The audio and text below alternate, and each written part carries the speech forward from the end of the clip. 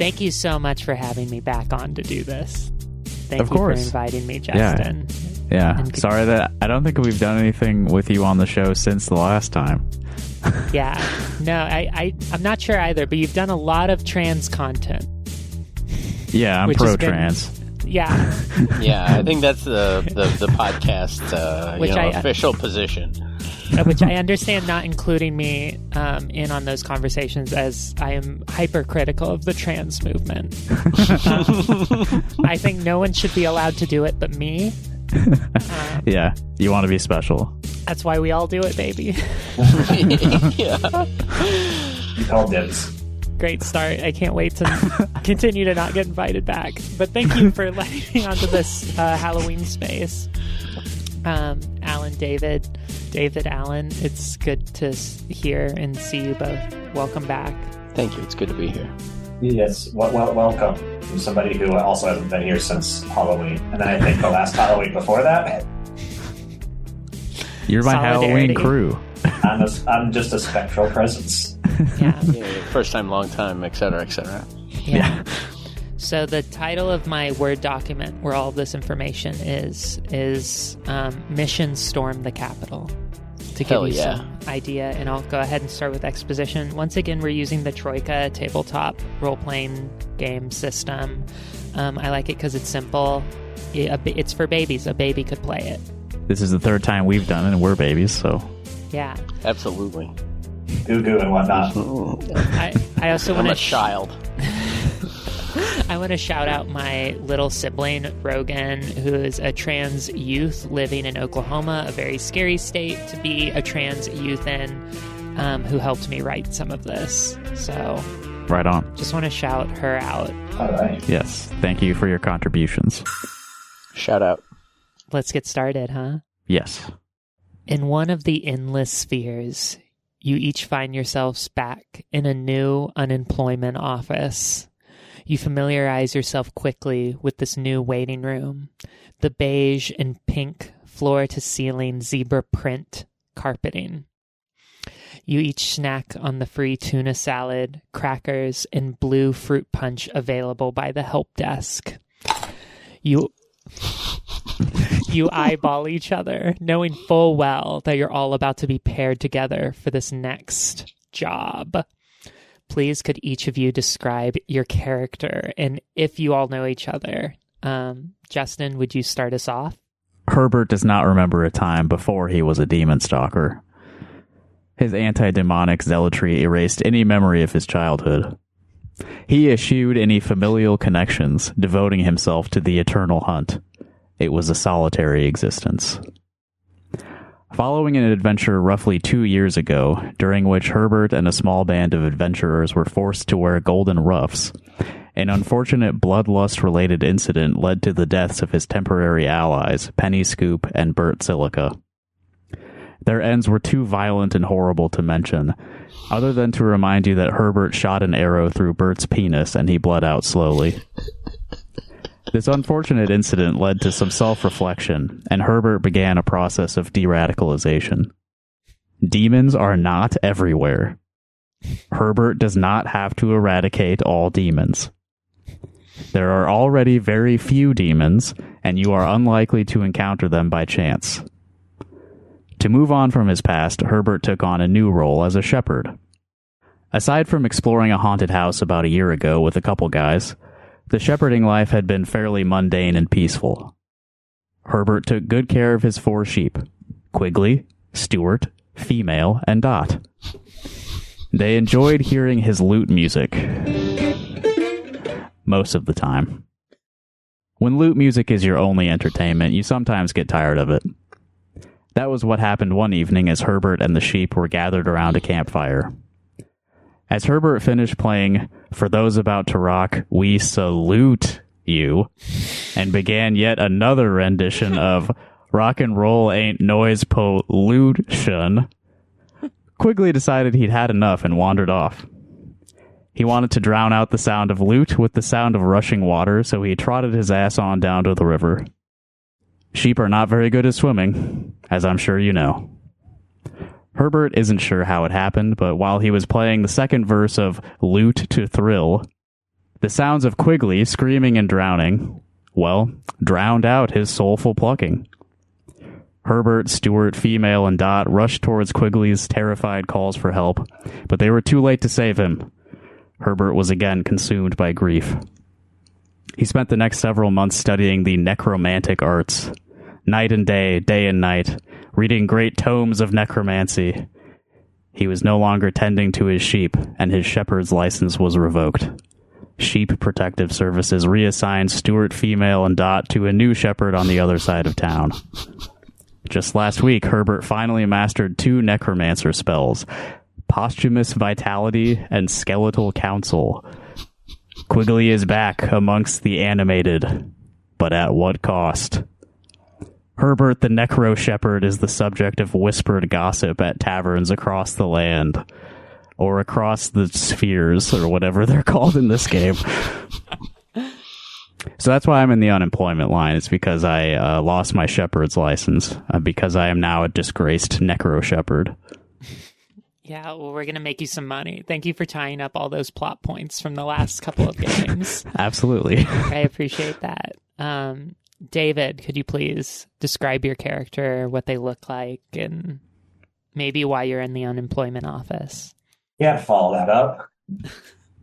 I'm not a Sanderson over here. All right. I've come up with this upwards of 30 minutes ago. So my character, one word, Carpaltina. She is a young girl, we'll say like 22. I haven't thought about what she looks like. Freckled, befreckled. She has red hair. I don't know. Windy. Yeah. Well, without the... Yeah, pretty much. The Burger Girl. Burger Girl. Burger Girl. Girl. Well, Carpaltina's backstory is that as a very young child, she idolized all the wizards that she saw on television, like late night infomercials and car dealership ads and whatnot. Wizards. That's right.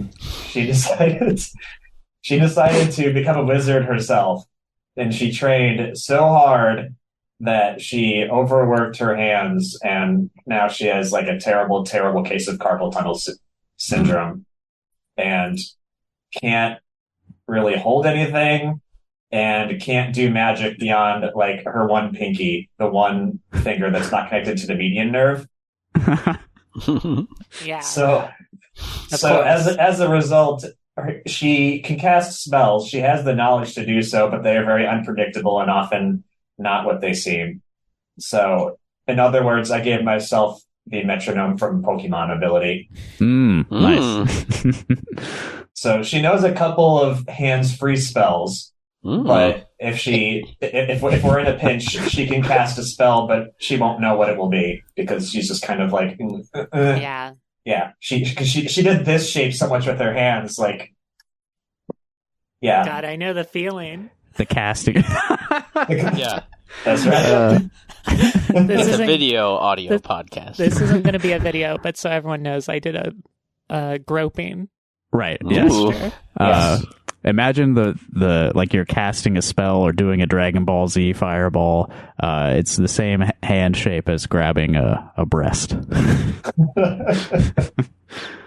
Correct. One. Whoops.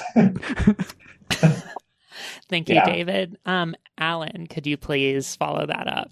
What's your character? What do they look like? Why are they unemployment? I, too, have thought about this for a very long time, about half an hour. My character is Terry Cheesecake. He's a cowpoke. He rides around on his horse, Rusty, who he would never be without, of course. And Terry and Rusty, they've got a little homestead on these 150 acres, and he just takes his oxen, his bison, his fish, steers. He just roams around the land, cruises around, Now, he's kind of a rough and tumble fellow. He's calmed down now in his later stages here. Maybe he's in his 40s probably. But he's got some fisticuff skills. He's got some horseback riding. No. And yeah, that's the one. Yeah, that's right. Thank you. And one of his unknown or special skills would be his ability to communicate with various animals, mammals, not bugs, not bugmen, cannot do the bugs. However, various mammals, he would be able to calm them, spook them, various things of that nature. He's got his 6-shooter, of course, but he's got various other skills, outdoor camping of any sort. The list goes on. He's a man of many trades. So that's my man Terry. He's also kind of a dingus. So here we go.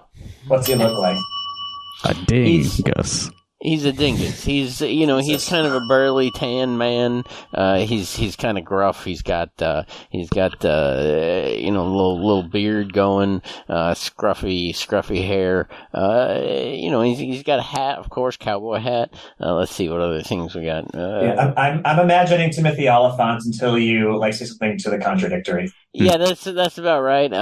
Shiny spurs that never tarnish was one of the inventory items, and a knuckle duster. So, and of course he's got a lasso and has excellent rope trick skills as well for impressing the ladies and or the men. Well, I have to say I'm very impressed with everyone's characters. And Alan, my first question was going to be, does Terry have a gun?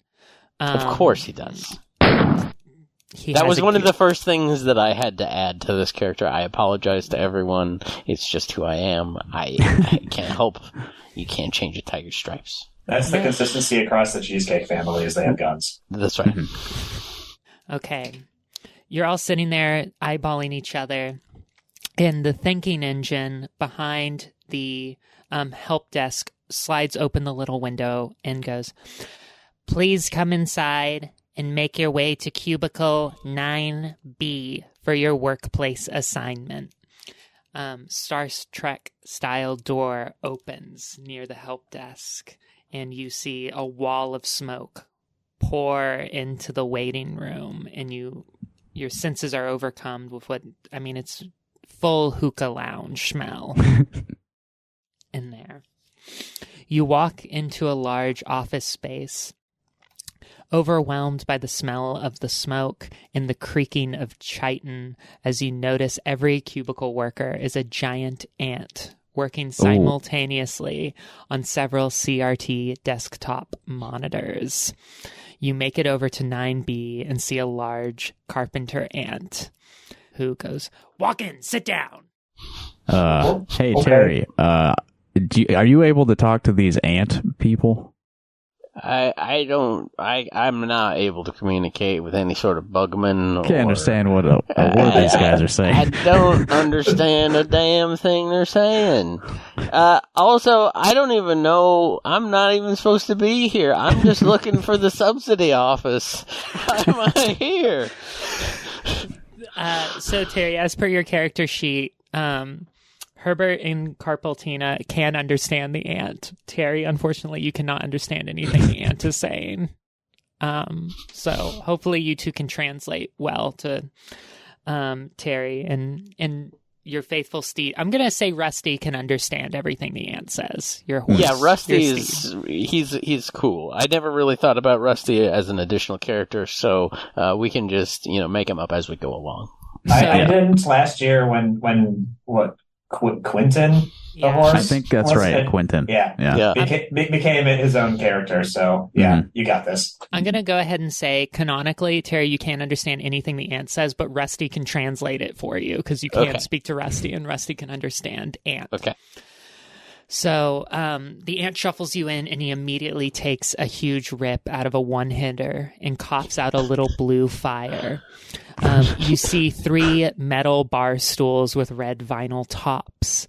There's a small bar cart with random bottles of liqueur, mixers, and miscellaneous magical substances like pig feet and herbs and such. All right, what are your special skills? I need to know some skills before I can give you a workplace assignment. So you, Shepherd Man, Herbert, according to my paperwork, what are your special skills? Yeah, I'm no longer allowed technically to shepherd, so I've been recently getting into the necromantic arts, raising the dead and stuff like that. I'm not too good at it yet, but I can raise a corpse and I can talk to a skull. That's what I've learned so far. Okay, very very good. And you, sweetheart, what's your special skills? I just want a job. I keep looking for work, but I can't make use of my hands. They hurt so bad. Okay, well, we're glad I tried you're being here. a gymnast and it didn't work out. We're glad you're here instead of disability. We love this initiative. So I'm seeing some initiative in this group. I'm seeing some, you won't say no to death. What's disability? Don't give her no handouts or nothing. Yeah, handouts, they scare me. I don't like the word hand. Horseman. Bad memories. Horseman, Mr. Cheesecake. What are your special skills? Yeah, we're looking for the farm subsidy office. I'm able to talk with these animals around these parts, but I think I'm in the wrong place.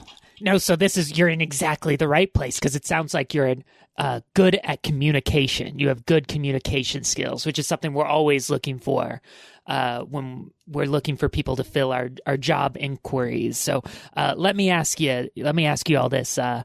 How do you lean politically? I don't get involved with no politics. I just I just hang around the fire and look at the stars. Do you like the farm subsidy office? Do you like it there? Oh, I think we should probably, place some explosives around the government. However, oh no, this is perfect. I love to hear. The ant takes another big rip from a one-hitter and coughs out some more blue flame. However, I think that the subsidy should be increased. Yeah, more for the little guy. No, that's right. That's right. Yeah, and you, Goth. Yeah, I've got a long history of antisocial behavior, so I don't think really in terms of like big picture, community, society, civilization type stuff. I'm real selfish and really only out for myself most of the time. Oh, that's perfect. You're not seeing the big picture. You don't have a 5-10 year plan. You're just kind of making them. That's exactly what we want. And little lady, how do you feel about politics? Yeah, well, can I get you that stuff? No, absolutely not. I'm afraid it will melt your organs. I haven't eaten all day. Ants only, I'm afraid. Okay. Do you have anything for me? We had I like square cheeseburgers and we had some tuna salad actually in the waiting room and crackers. Oh yeah. Actually, hold on. I've got something for you, because you know what? I like the energy of this group. I think you're exactly what one of our jobs is looking for. Okay, so y'all have been selected to work a conspiracy gig. See, there's this organization. They're sort of dog anarchists. And they're looking to hire some nobodies like you to help them in some efforts to help. I'm a somebody, I thought. Well, I'm a strong, independent woman. Nobody. I went in a haunted house one time and made $5,000. You're all alone out on the range. You're a disenfranchised young woman. And how many careers have you gone through? Alone? Sir? I got Rusty right here. Yeah, I've got Quigley. Don't mind the ectoplasm dripping off of him. He's a little stinky, sir. Look, I apologize, but what I'm saying is I got the job for you. It's classic adventure stuff. You get to go destabilize a kingdom and save a queen. So all you have to do is sign this liability waiver, and this will transfer the funds to your account upon completion of the job. Your contact that will teleport you to will give you more information, and if they are satisfied with your work, you'll instantly get 15,000 smackers transferred into your accounts. That's a big job. Been needing some smackers. Yes. So if you'll each please sign this Can't paperwork. grasp a pencil. Oh yeah, is it all right if one of us sign for the girl? Yeah. No, that's fine. All right. I can't use my magic powers. Did I mention I have magic powers? I have magic powers. Oh, magic power. That's going to be great for this job. Are you able to? Could you move the pencil with your magic? I use helping hands, which is a power. It's a spell that makes little animate hands appear off of an inanimate object. So I do I have to roll for that? Yeah, you need to roll 2d6. This is our first roll of the game. Okay. Do we have a sound effect for first roll of the game, Justin? No. 1 second. Just roll and see what happens. Roll and see what happens. I rolled a 5. 5. Whoa. That was incredible. That was amazing. Yeah, describe how the spell looks. I'm going to say you cast it. Okay, so I cast it, and that's the cost of 1 stamina. So, those little, rubber hands, that you have as a toy, and you, toss them, and then they just kind of, stick to stuff? Yeah. I cast that, and they're little orange and blue, just sticky hands come out of the table right next to the I'm going to say it's a pen, even though I asked for a pencil. And I grab it like this, and then I just kind of limp around, and eventually some ink ends up on the paper. And then drop the pens, and then the hands go back from whence they came, never to be seen again. Wow, that was just incredible. It's so incredible that you're able to overcome this adversity and be able to write. Thank you. I've gone on many TED Talks. So thank you for signing the forms. Now, if you'll each just take this pill, you'll be teleported to the location your employer selected, and the ant hands you each 3 violet pills. Can you feed me? Yes, I need can an extra one for my horse. As you're being handed the pills, you suddenly notice some ants pushing a long cart of unconscious bodies in between the cubicles, and one of the ants pushing the cart yells, "Mill coming through!" Are they unconscious ant bodies, or no? more they're all different kinds of humanoids. There's some rhino men. There's some slug people. There's all kinds of bodies are piled on top of these carts. You recognize them instantly as being other people who have come to the unemployment office. This is the mail? Is the bodies? The mailing bodies? Yeah, well, some places use, light rails to transport people. See, what we do is we have a proprietary hallucinogenic drug. And what happens is when you take these little pills, your consciousness will be teleported to a place that we've inscribed onto the pill.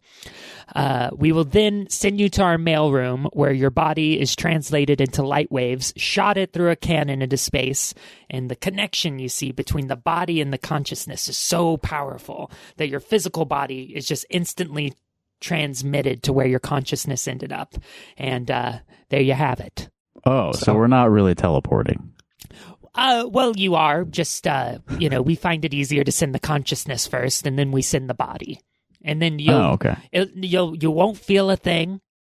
There's some minor side effects, but it's truly as easy as taking a dog for a walk. So Carpaltina is skeptical. She has a mind-reading skill of 1, which is bad, right? No, that good? Yeah, that actually means you would add 1 to whatever you roll. Okay, and then you would tell me what the success is? Yeah, so it's going to be a roll versus. So if you're just casting a spell, I say a number. If you roll below that number, it works. If it's a roll Okay, versus... I intended it to be like not very good, but she has it. So would a 3 make more sense? Like adding 3 to my roll would be less good because I have to roll under you. No. Oh no, versus is the higher number, right? Yeah. So I know okay, so 1 is like... So if you want it to be bad, it would be a -1. Okay, I'll say -1. In Troika, anyone can try to do this. You're just slightly better at it than anyone else because you have a point in it. Okay.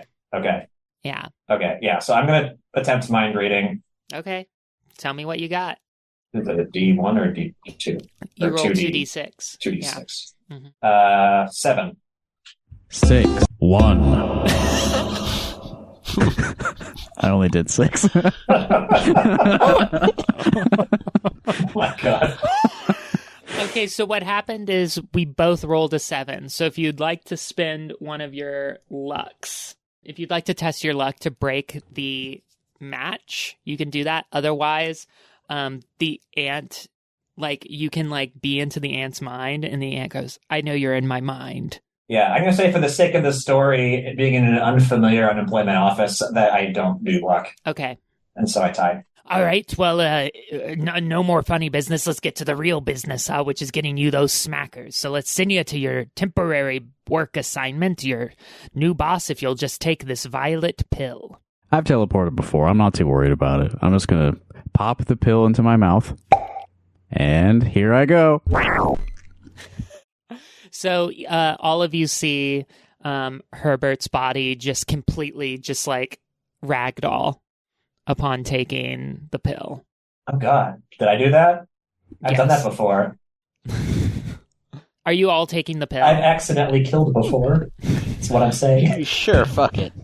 You gotta give my horse a pill, too, though. And you gotta be careful with them. They break a leg real easy. So, and they have a special horse-sized pill for your horse, actually. A horse pill. And a undead version of the pill for the skeletal pig.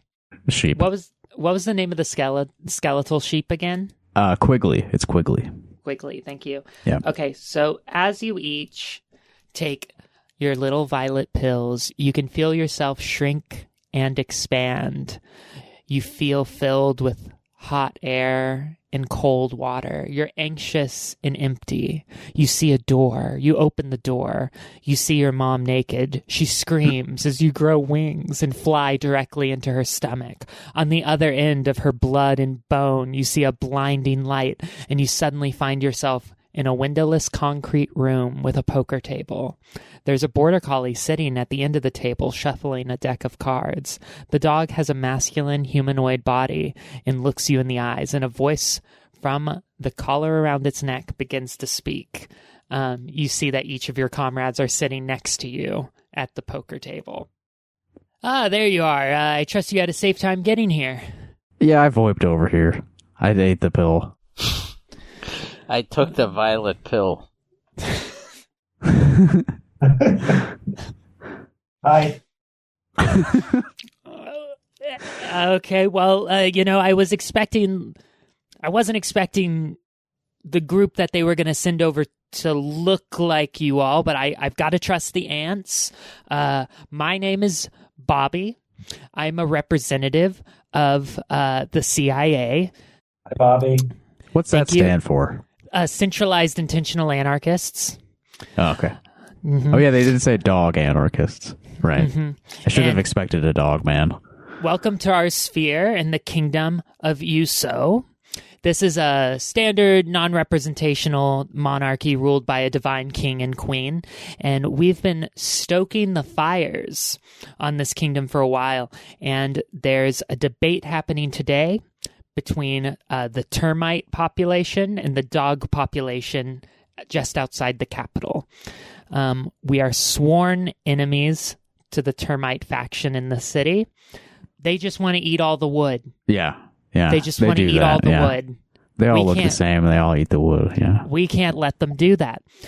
Now, see, your job is we need you to break into the capital and rescue the queen. See, have a spy network, and we believe that the queen is actually a dog who's under a magic spell to not look like a dog and is being held captive by her husband, the Cyclops King. This is wrong. I like dogs. They're furry and fluffy. I'm sure this is all just one big misunderstanding. We need to rescue the queen, and that is your mission. Now, this is a termite cyclops or regular human cyclops? And termites are bad? We don't like them. I have a question too. What is there to debate?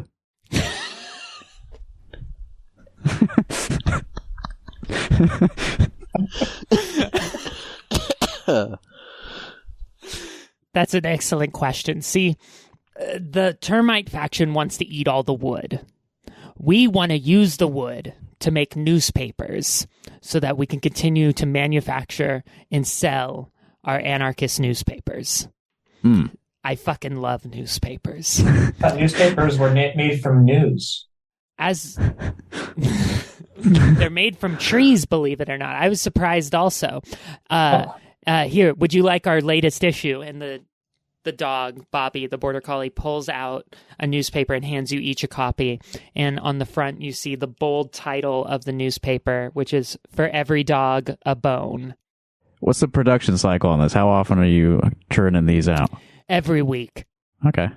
We go through a lot of trees. My understanding is that termites only feed on wet, decaying wood. It's already fallen down. I don't understand why you would be using that kind of wood to make this kind of paper product. Here's the deal. I don't know what kind of termites that you deal with in your part of the spheres. You all look very foreign to me as non-dog people. Foreign? That's right. Now, we're paying you 15,000 smackers to release the queen so that she can retake her dogly shape and help us usher in a new anarchist utopia where we can begin to spread our newspapers far and wide outside of the kingdom. Harry, do you have the jumble on your page? What? Do you have the jumble on your page, Terry? The jumble? Yeah, the anarchist jumble. The anarchist jumble. Yeah. I don't know what you're saying. I want to be mentally stimulated. I want to do the puzzle pack. Like a crossword, but a different one. No, it's where you take a word and then all the letters get screwed up. How about... So instead of the word plant, it's net. How about I do a rope trick? I'm charmed. Bobby is really into the rope trick. You are pretty attractive. Wait, how old is this girl? 22. Okay, all right. Yes, Wait, how old is Terry? I made clear that she was over 18 at the start of the campaign. I don't trust the bug fellers, to be fair. I can speak dog, so that might be an asset on our journey. Yeah. What do you guys think? Did we get a name of our dog friend here? Bobby. Right, Bobby. Spelled Bobby, with an I. Bobby.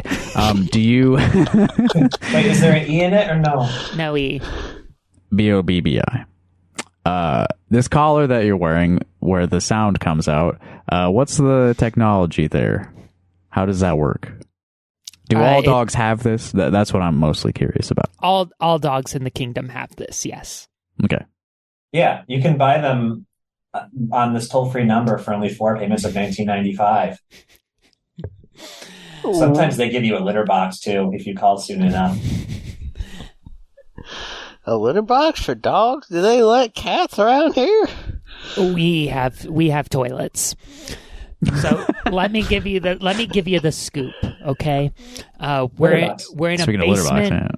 We're in the basement of one of our dog houses. We're just a couple of blocks. We're in the dog house. Is there a door in this room? There is one door. It leads directly outside. I cannot wait to close that door. Just foreshadowing.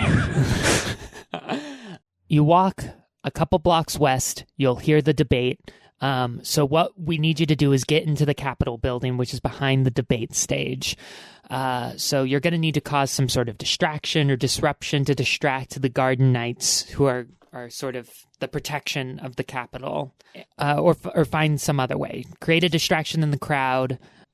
We do have intel that says that one of the Garden Knights may be able to let you in if you get on his good side. Now, also, we have a bonus that the ants don't know about. If you can destroy all of the records inside the Kingdom Administrator's office, we'll throw in an extra 5,000 smackers. So these are bank records, these are loan records, these are land holdings. If you can destroy those, you'll be doing our anarchist cause a big service. Okay. As an aside, I say to my team, the more they say smackers, the more I get suspicious that it's not dollars we're talking about. Yeah, true. Last time I did one of these unemployment jobs, I did get dollars in return. But we did already sign the paperwork, so we might be stuck with smackers. You don't want to piss off those ants, and you don't want to piss off the CIA either. So we trust that you all can do this job discreetly and not, have us feel connected to it. Now, Okay, Bobby, okay. with an eye, what do we do? Where do we need to start? What do we got to do to get on with it?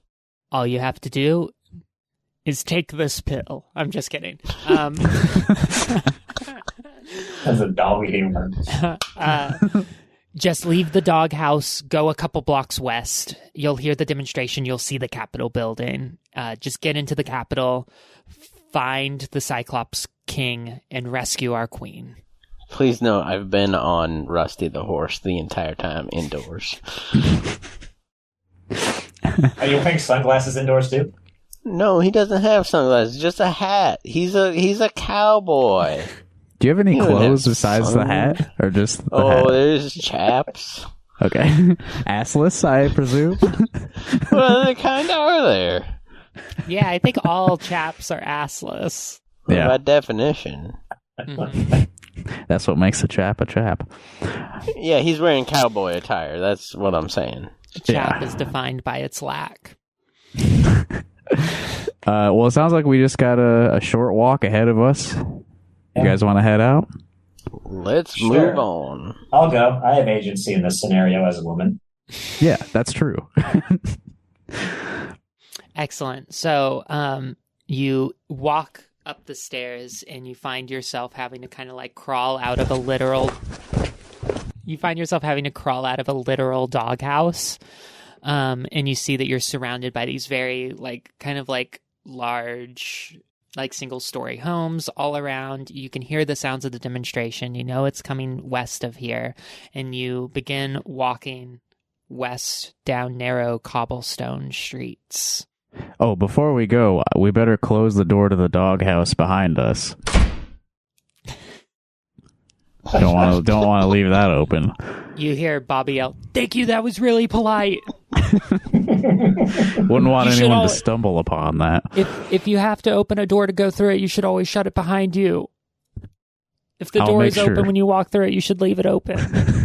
This is just common politeness. I should probably mention my attire since it may become relevant here in the future. Yeah. I am wearing a very flat cap, which is so flat that you can put one item on top of it.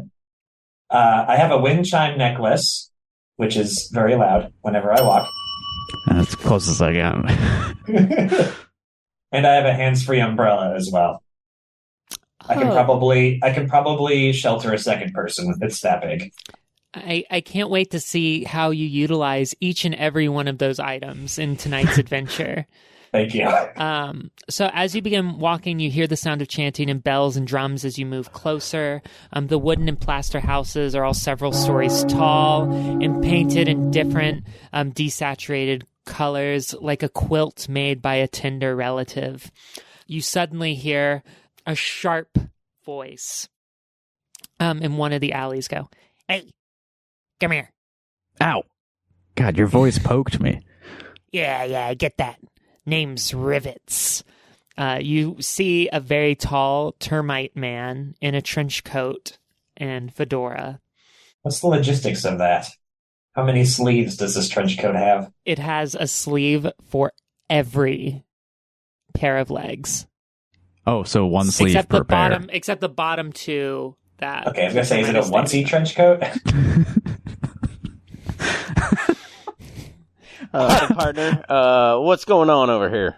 You all look like some people I've been sent to find. I need you to come talk to my boss. Thank you. Who's your boss?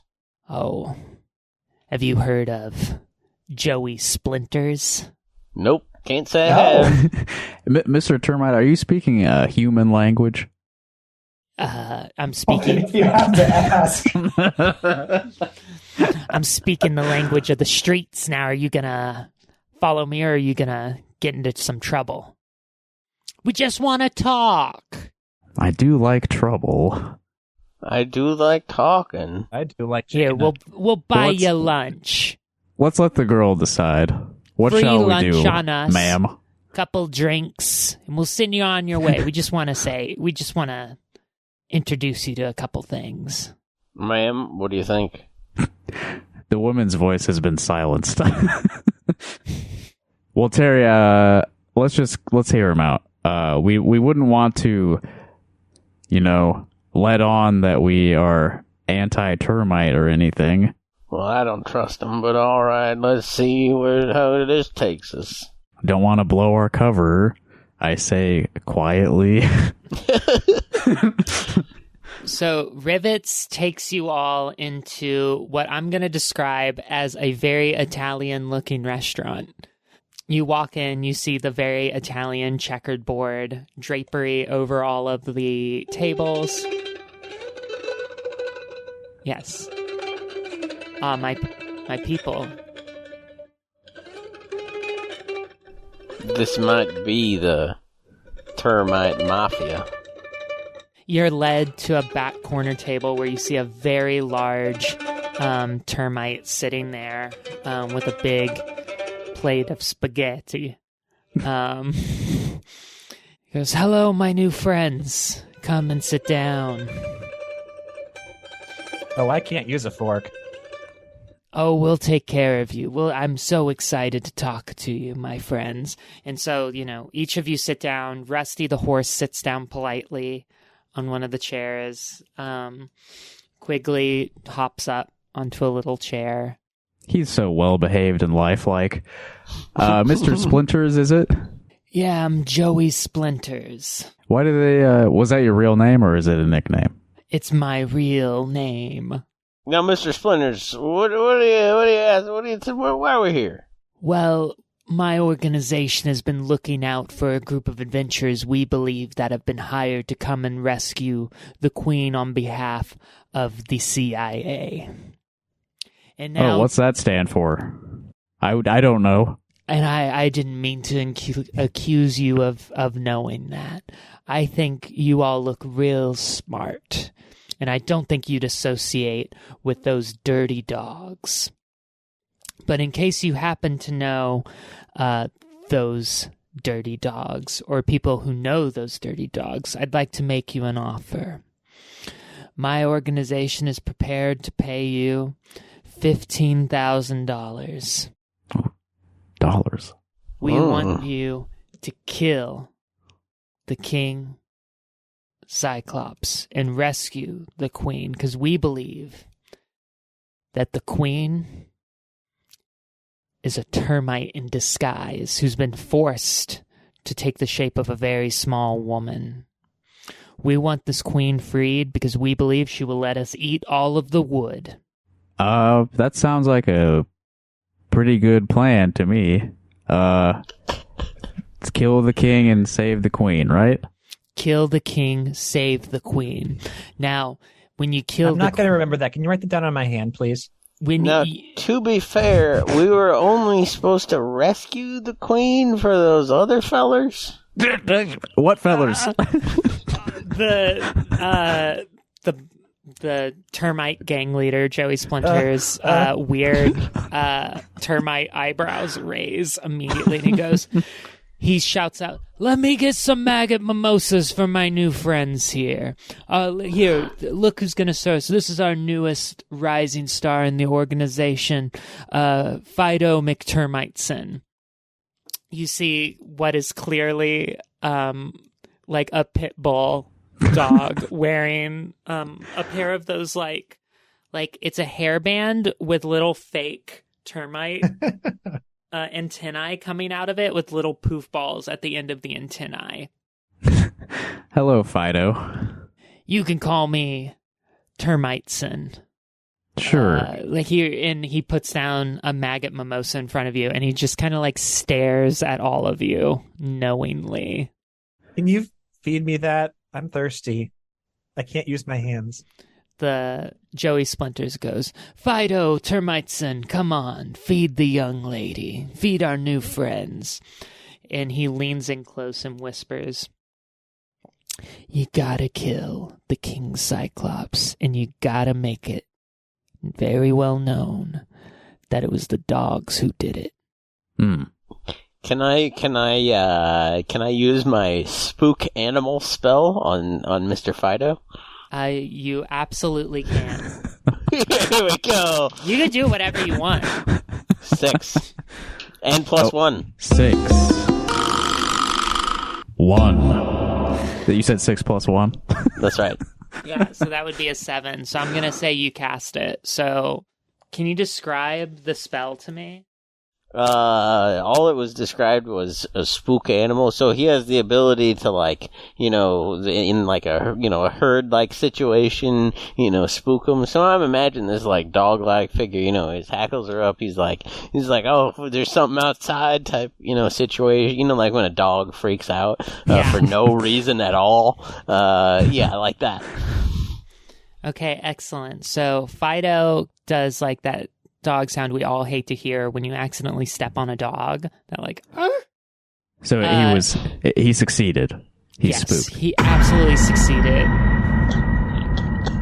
Halloween episode, baby. Let's go.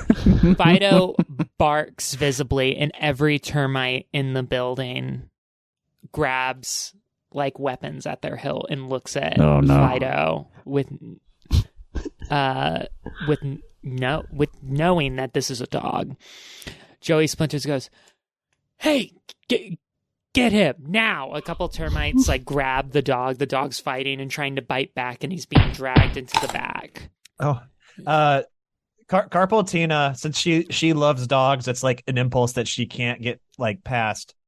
Like instinctively, kind of wiggles her hands and uses metronome. Here we go. Some spell's gonna happen. That's right. So Can you tell me, before you roll, can you tell me what you want to happen? So what I did was, with the 2 dice that I have, I wrote down 36 spells from the spell book, and depending on what I roll, that's what I cast. Okay. It costs me 2 stamina to do. Okay, give me a 2d6 to see if you're able to cast the spell. Okay. 7. 6. Yes. 1. You cast. So Okay. give us a 2d6 and let us know what spell you just so happen to cast. I use Coal Resolve, which is... This spell turns one's heart into a burning ember of grief. Those under the effect of this spell are so consumed by grief that they are immune to mind-controlling effects or the non-physical impact of pain. Who were you casting it on? Just a burst in front of me. Okay, so you end up hitting Joey Splinters, Fido, and a couple of the ants. And Joey Splinters is sobbing. He's like, "Fido, my boy, my beautiful boy. I thought you were gonna be the one to replace me." Fido's like, I didn't want to do this. I didn't want this. I didn't choose this life. I just love newspapers. And the 2 termites are like, "Fido, we're thinking of you as a brother." And one of them was like, "You married my sister." They're all just sobbing. And Joyce was just like, get him out of my sight. We'll deal with him later. They cast the Spanish soap opera spell. I'm sorry. Man, you're a real wild card, huh, kid? Thanks. Guess we better mosey on down the road. Joey Splitters goes, thank you so much for exposing. I mean, my heart aches, but thank you for exposing Fido. I'm gonna need some time to recover. It would mean a lot to me and the organization if you could make it right by taking care of the Cyclops King for us. Sorry, if there's anything I can do for penance for making you sad. I don't want to make people sad. I want to make people happy. Miles of smiles, my mom used to say.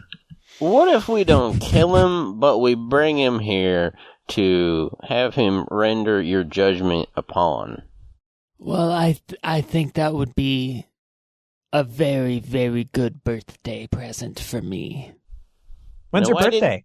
You asked for that in the first place. It's today. I am a Libra.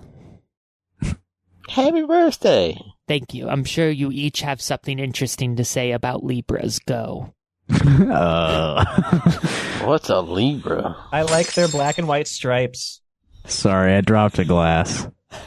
Like Libre Office? Nacho Libra? I'd like you all to leave my restaurant now. I need some time to process Fido's betrayal.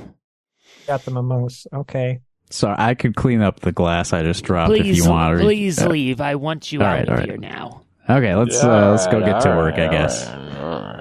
Okay, so the three of you leave, and you're back out on the cobblestone streets, heading west towards the debate. As you get closer, you see the sort of small sea of people, half termites, half dogs of all breeds, and you can hear the sort of, from the debate stage, the termite and dog going back and forth.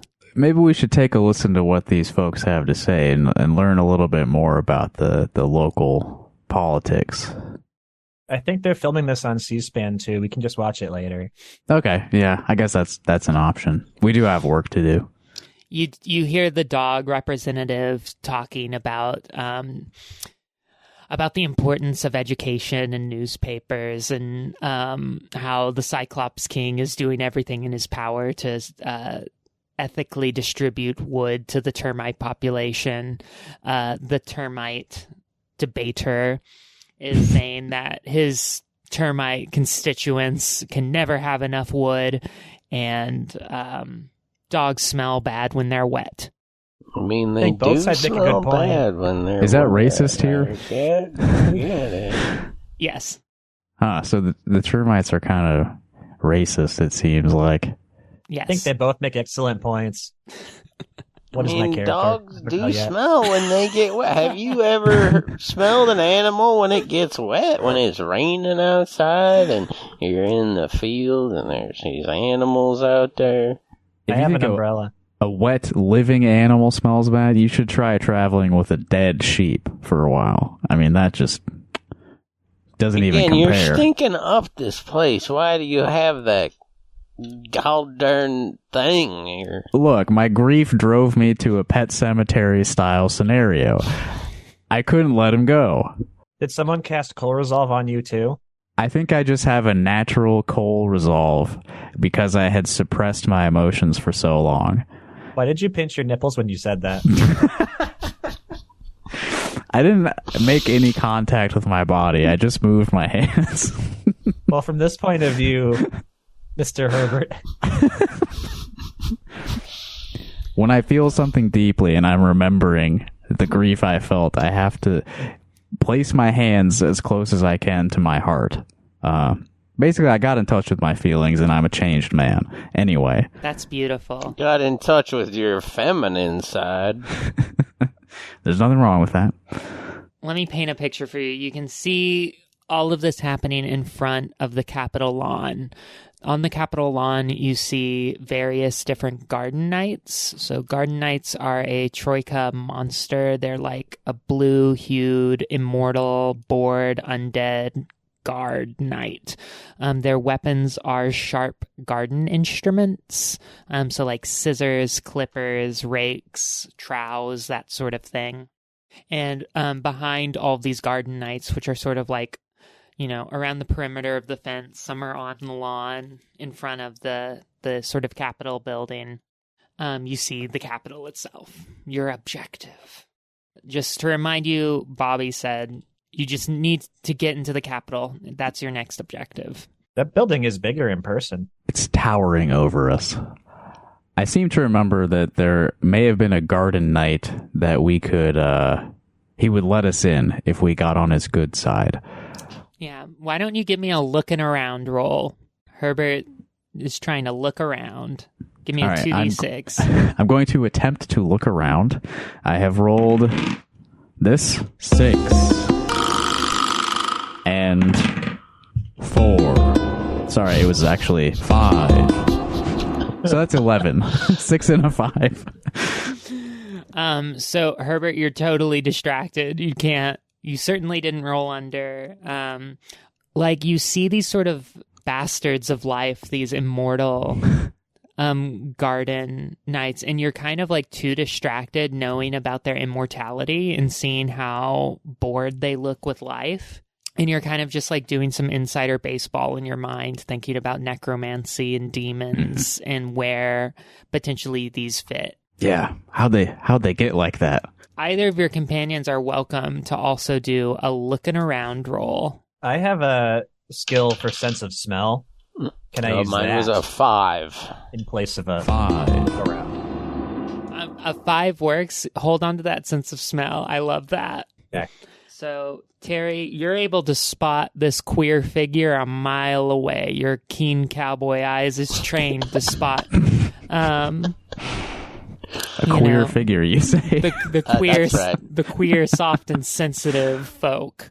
And you notice that all the garden knights basically look the same, except one who has This feller ain't right.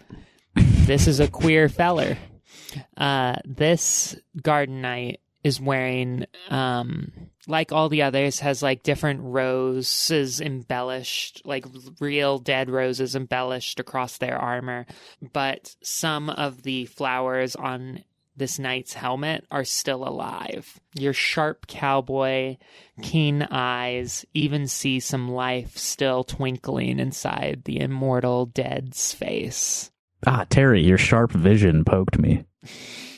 Fellers, I think there's a queer feller down there that we need to go investigate.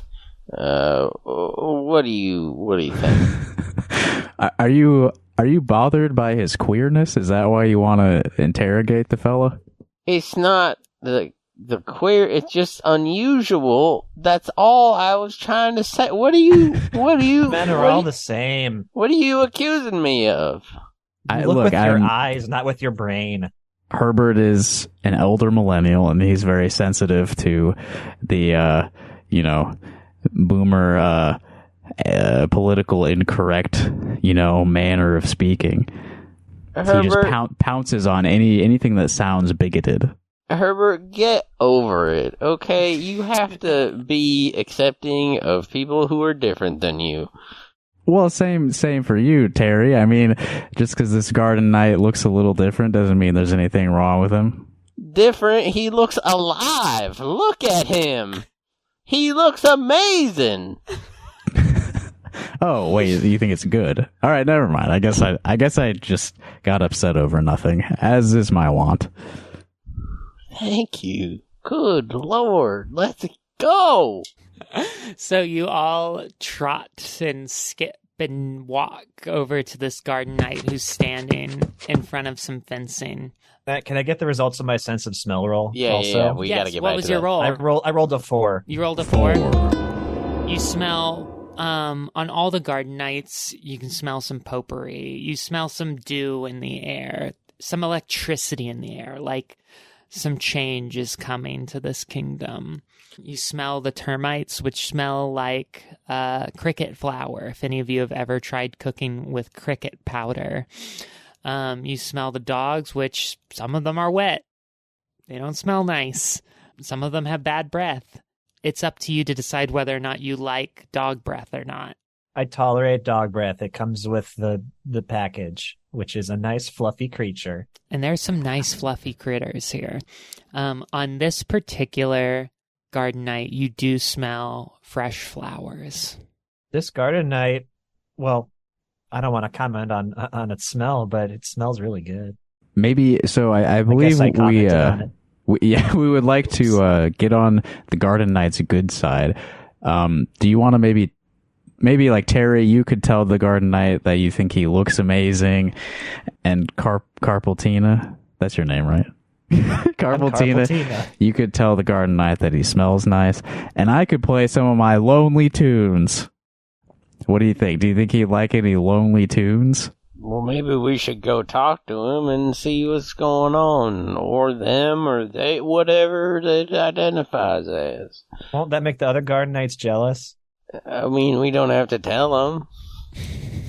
Okay. So we continue going over towards the garden. Okay, so you approach the garden knight, and he goes, "Please move along." You smell knife. What is that?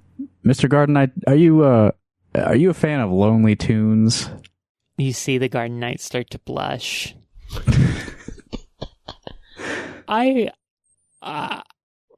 partial. Partial and Carpaltina. Play him the tune. Well, while I tune my lute, I think my friends had some things they'd like to say to you as well.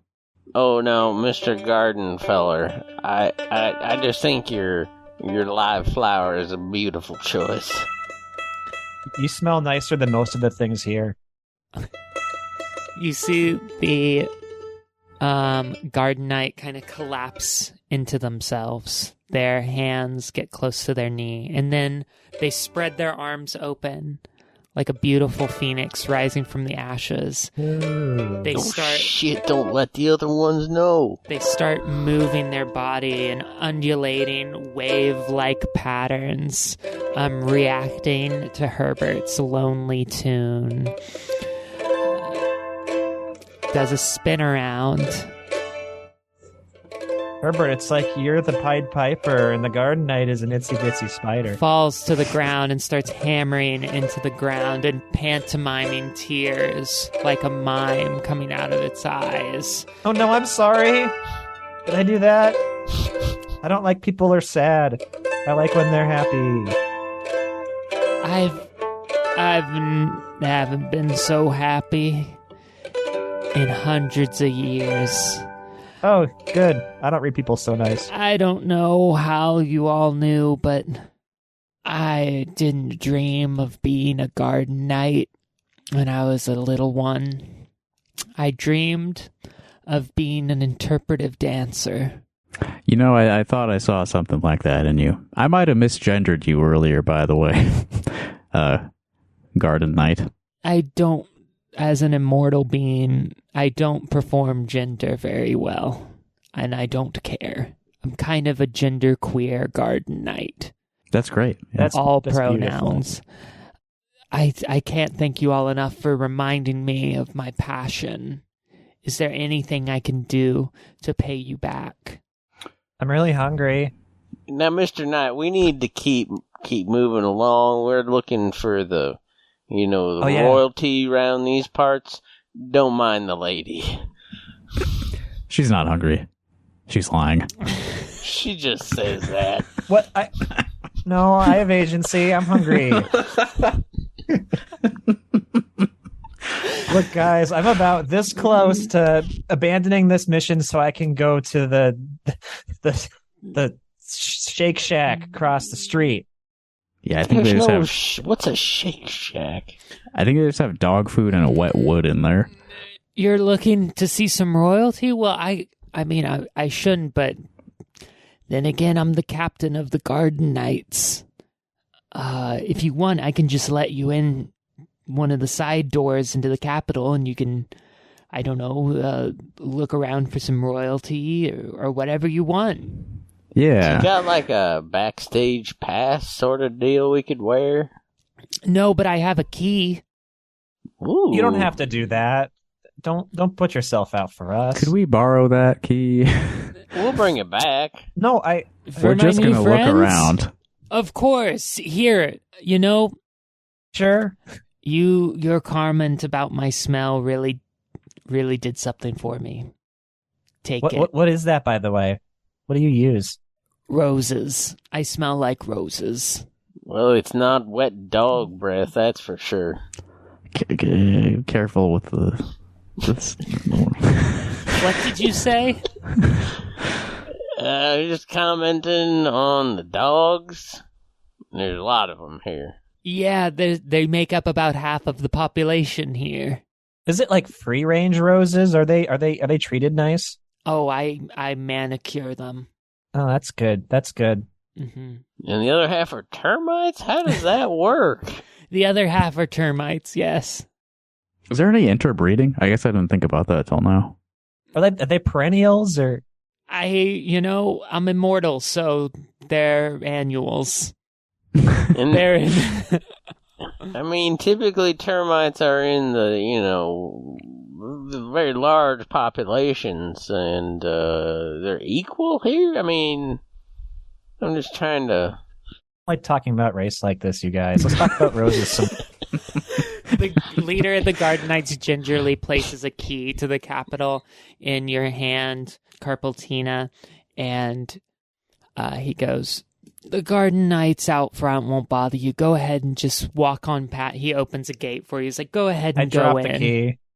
Oh, you dropped that little lady. Let me pick that Can you up just for put it on my hat? On my hat. I put the That's the key sound on of your a key hat. dropping. Thank you. Incredible.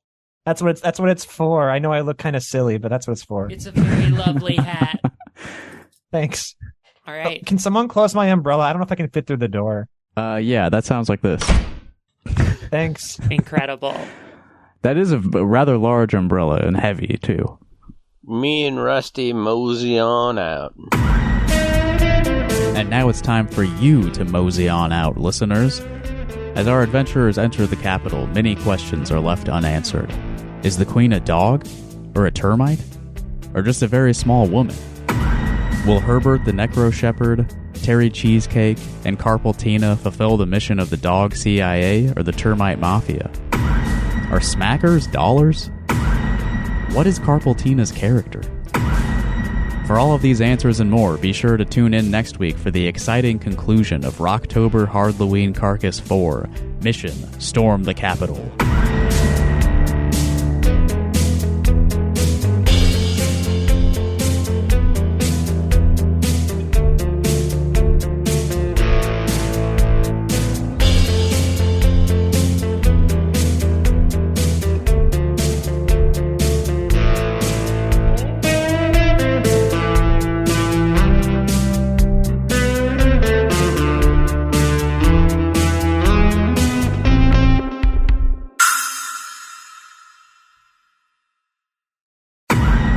Last week, our adventurers, Herbert the Necro-Shepherd, Terry Cheesecake, and Carpaltina, had just received a key to the capital from a very special garden knight. The gang has been sent on missions from opposing factions, a canine anarchist collective, and a termite crime family. Whose side will they choose? What royal revelations await us? Listen on and enjoy the thrills and chills of Rocktober Hardloween Carcass 4, Mission: Storm the Capitol, Part 2.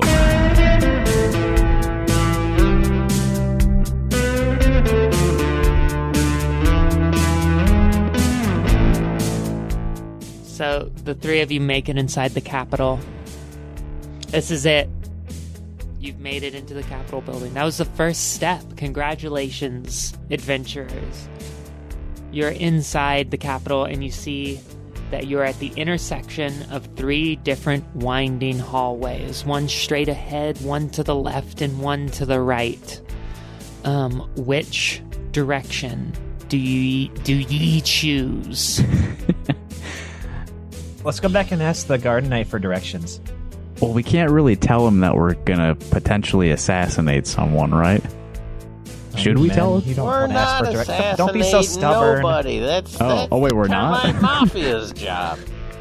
Wait, so we're gonna stick with the dog mission? We should ask for directions. We gotta determine the gender or sex or whatever the hell of that princess is. As the three of you are debating, you hear a door open into the intersection that you're in, and you see 3 figures in very bad dog costumes. One of them is in like one of the mop kind of dog, the dogs that look like a mop.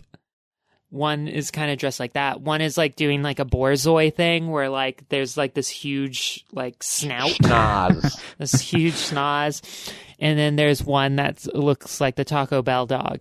Just massive like beach ball eyes. Yokiero.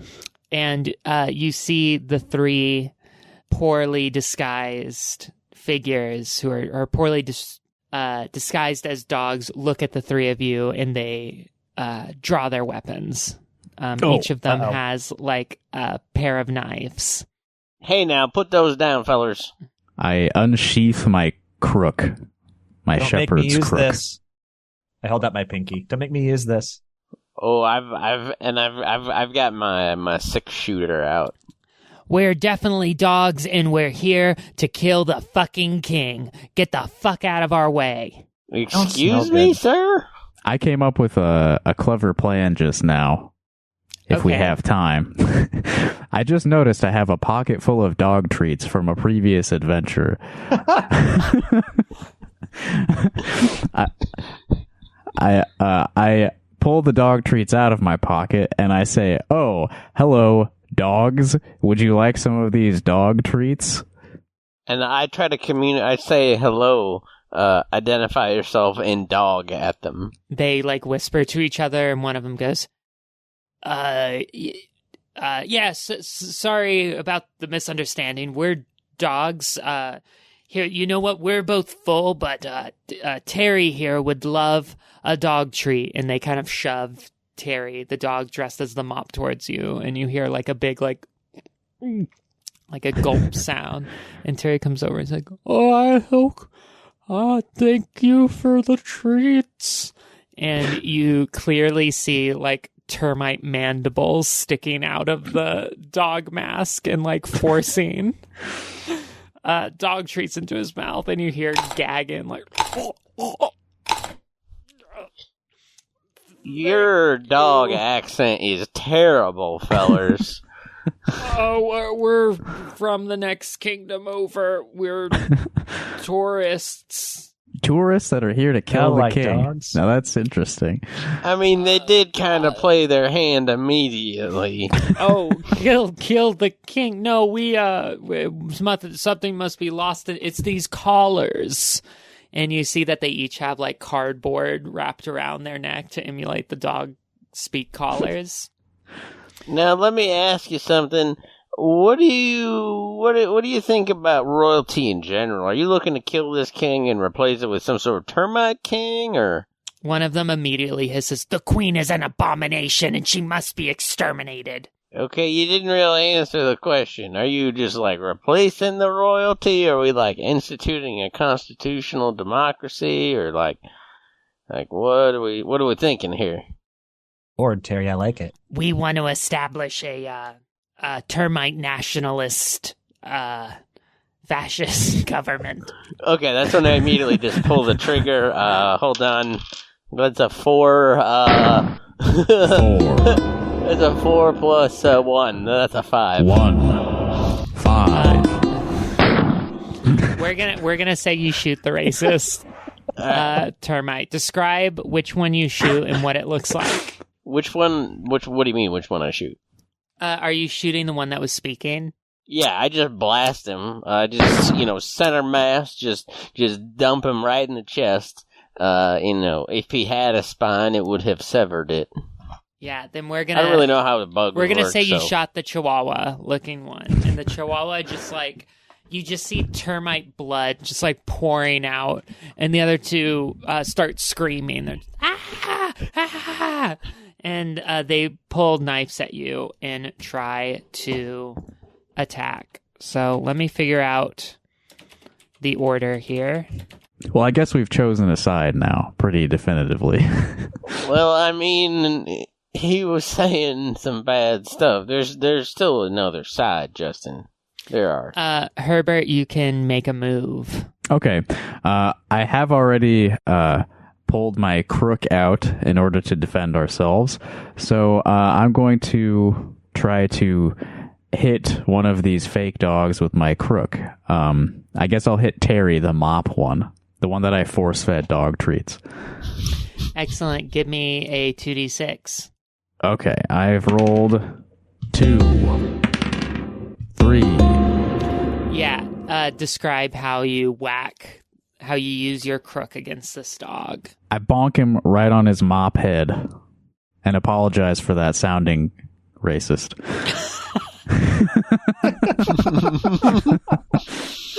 Dear Lord. Okay, your crook goes into the skull of the termite in the dog costume. Like it's not a bonk, it's a indention. You hear like a of it cracking chitin. I don't have a good sound effect for that, but I do have this. Beautiful. The termite immediately, eyes roll to the back of its head and it falls over dead. And the third sort of like living dog, the one that was the borzoi, goes, the cult of the termite is going to win. We're going, if it's not us, one of us will kill that queen, and there's nothing you can do to stop it. And the termite lunges at Herbert for having just brutally crooked his comrade. So lunges at you with the 2 knives. Give me a roll. Okay. 5. Give me one more roll. Sorry, 2d6. 2. Sorry, that was supposed to be 1. So a 5 and a 1. All right, so lunges at you with the knife, with 2 knives. You stop one, you like bash it away with the crook, and the other one slices you across the face. You lose 2 stamina. All right. It's now Quigley's turn. Does Quigley do anything? Not a whole lot. He could try to headbutt or bite. Okay. Well, Quigley could save your life right now. So what's Quigley going to do? All right, I'm going to have Quigley try to headbutt this last fake dog away from me so he cannot get another slice in. Excellent. Let's see that 2d6. 3. 6. Wow. Okay, I'm going to say Quigley does it. Quigley headbutts the poorly disguised termite in the stomach, and the termite falls back, and we're going to say he starts to run away. It's now the horse's turn if Rusty wants to do something. The horse is looking spooked and just generally horse-like. That's it. That's all it does. Okay, Carpaltina. I'll try and petrify them so we can maybe use them for information. Get them for intel. Yeah, so I will disable them, and I go to roll metronome. Okay. Okay. So I roll an 8. 6. 2. Correct. Great. That was I'm my going to roll. say it works. Okay. So I cast... I'm not making this up, but I rolled Cold Resolve again. This guy's pooping his pants. The poorly disguised termite is like running, and you then just like stops dead in his tracks, and you just hear.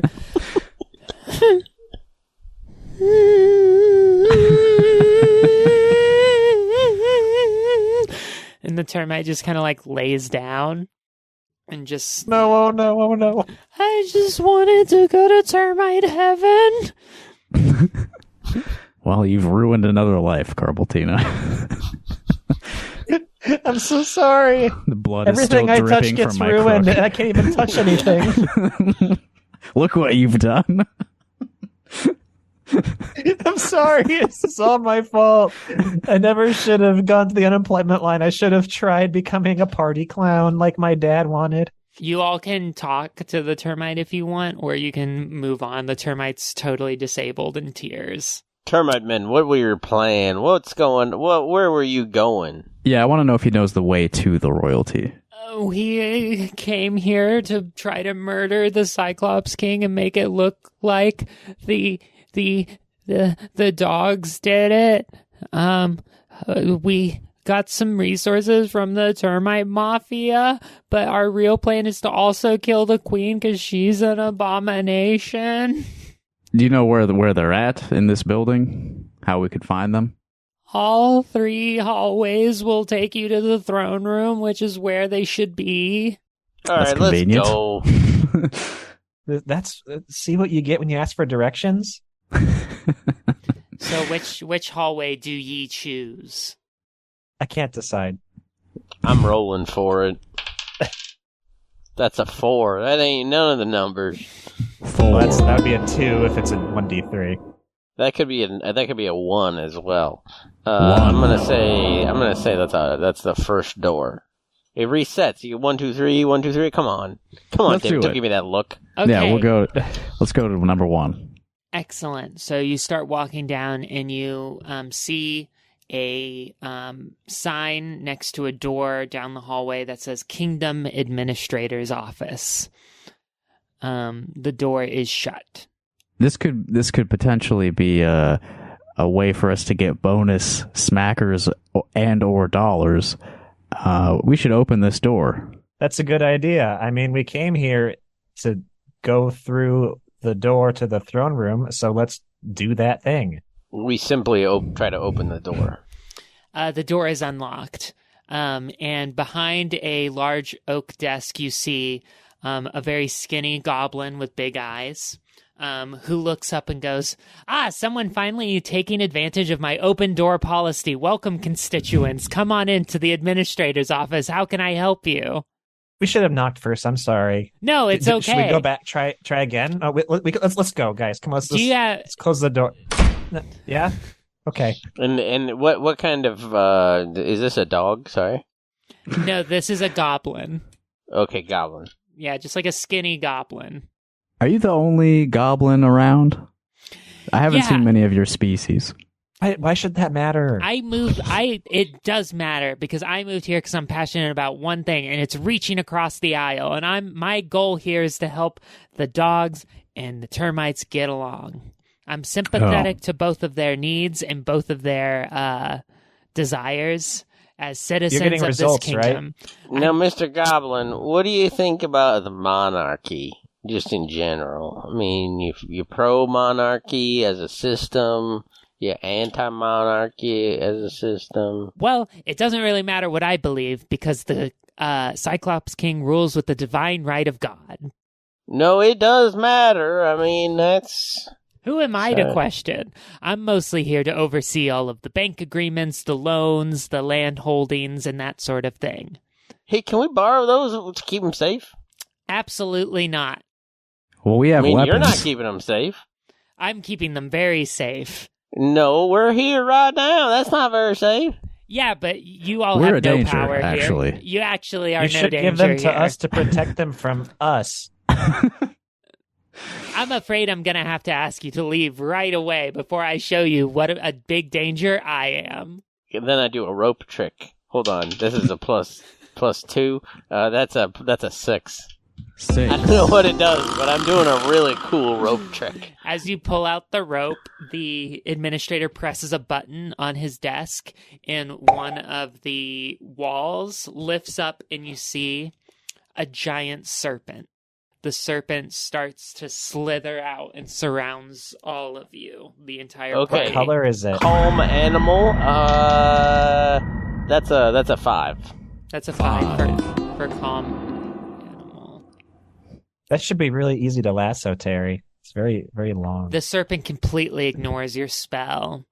The serpent looks in your general direction and goes, "You all must be really tired. Why don't you take a nap? You've worked so hard." We get some food first, actually. I'm You're really so hungry. hungry. Why don't you take a nap first, and then I'll feed you. No, I'm more hungry than tired, so I'd rather eat first. Okay. You- The serpent starts to the body of the serpent starts to encircle you more and more, and Spook animal. It gets closer and closer. Oh, that's a 3. Well, let's. Nothing. No effect. The serpent is coiling around you more and more as you hear it whisper. The serpent starts singing Desperado by the Eagles to all of you. And out riding fences so long now. This is the fridge commercial song, you guys. Oh, freedom. Guys, can I play a competing lonely tune? Let's hear it. I've only got the one, really.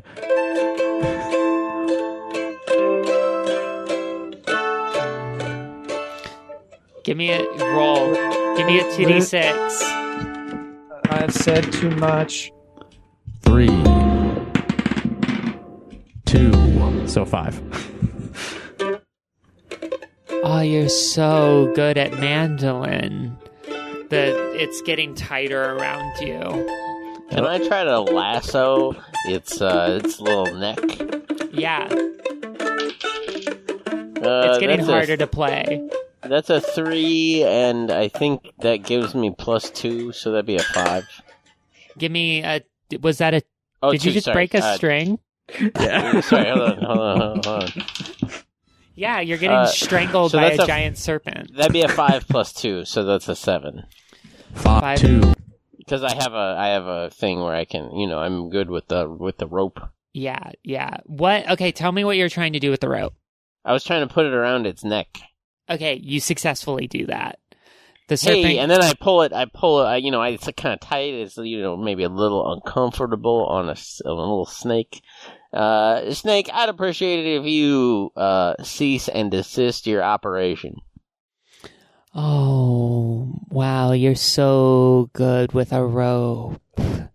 Why don't you rest those working hands? Just take a load off. I think you should rest. And this is where Rusty stomps on the snake.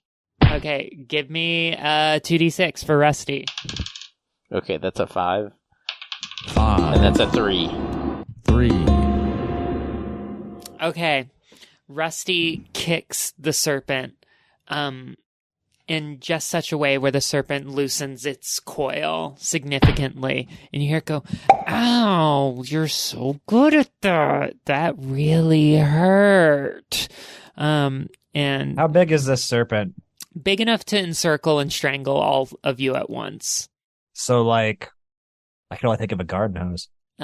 Bigger than a garden hose. No, like a large. If a horse just kicked it and it was like, ow.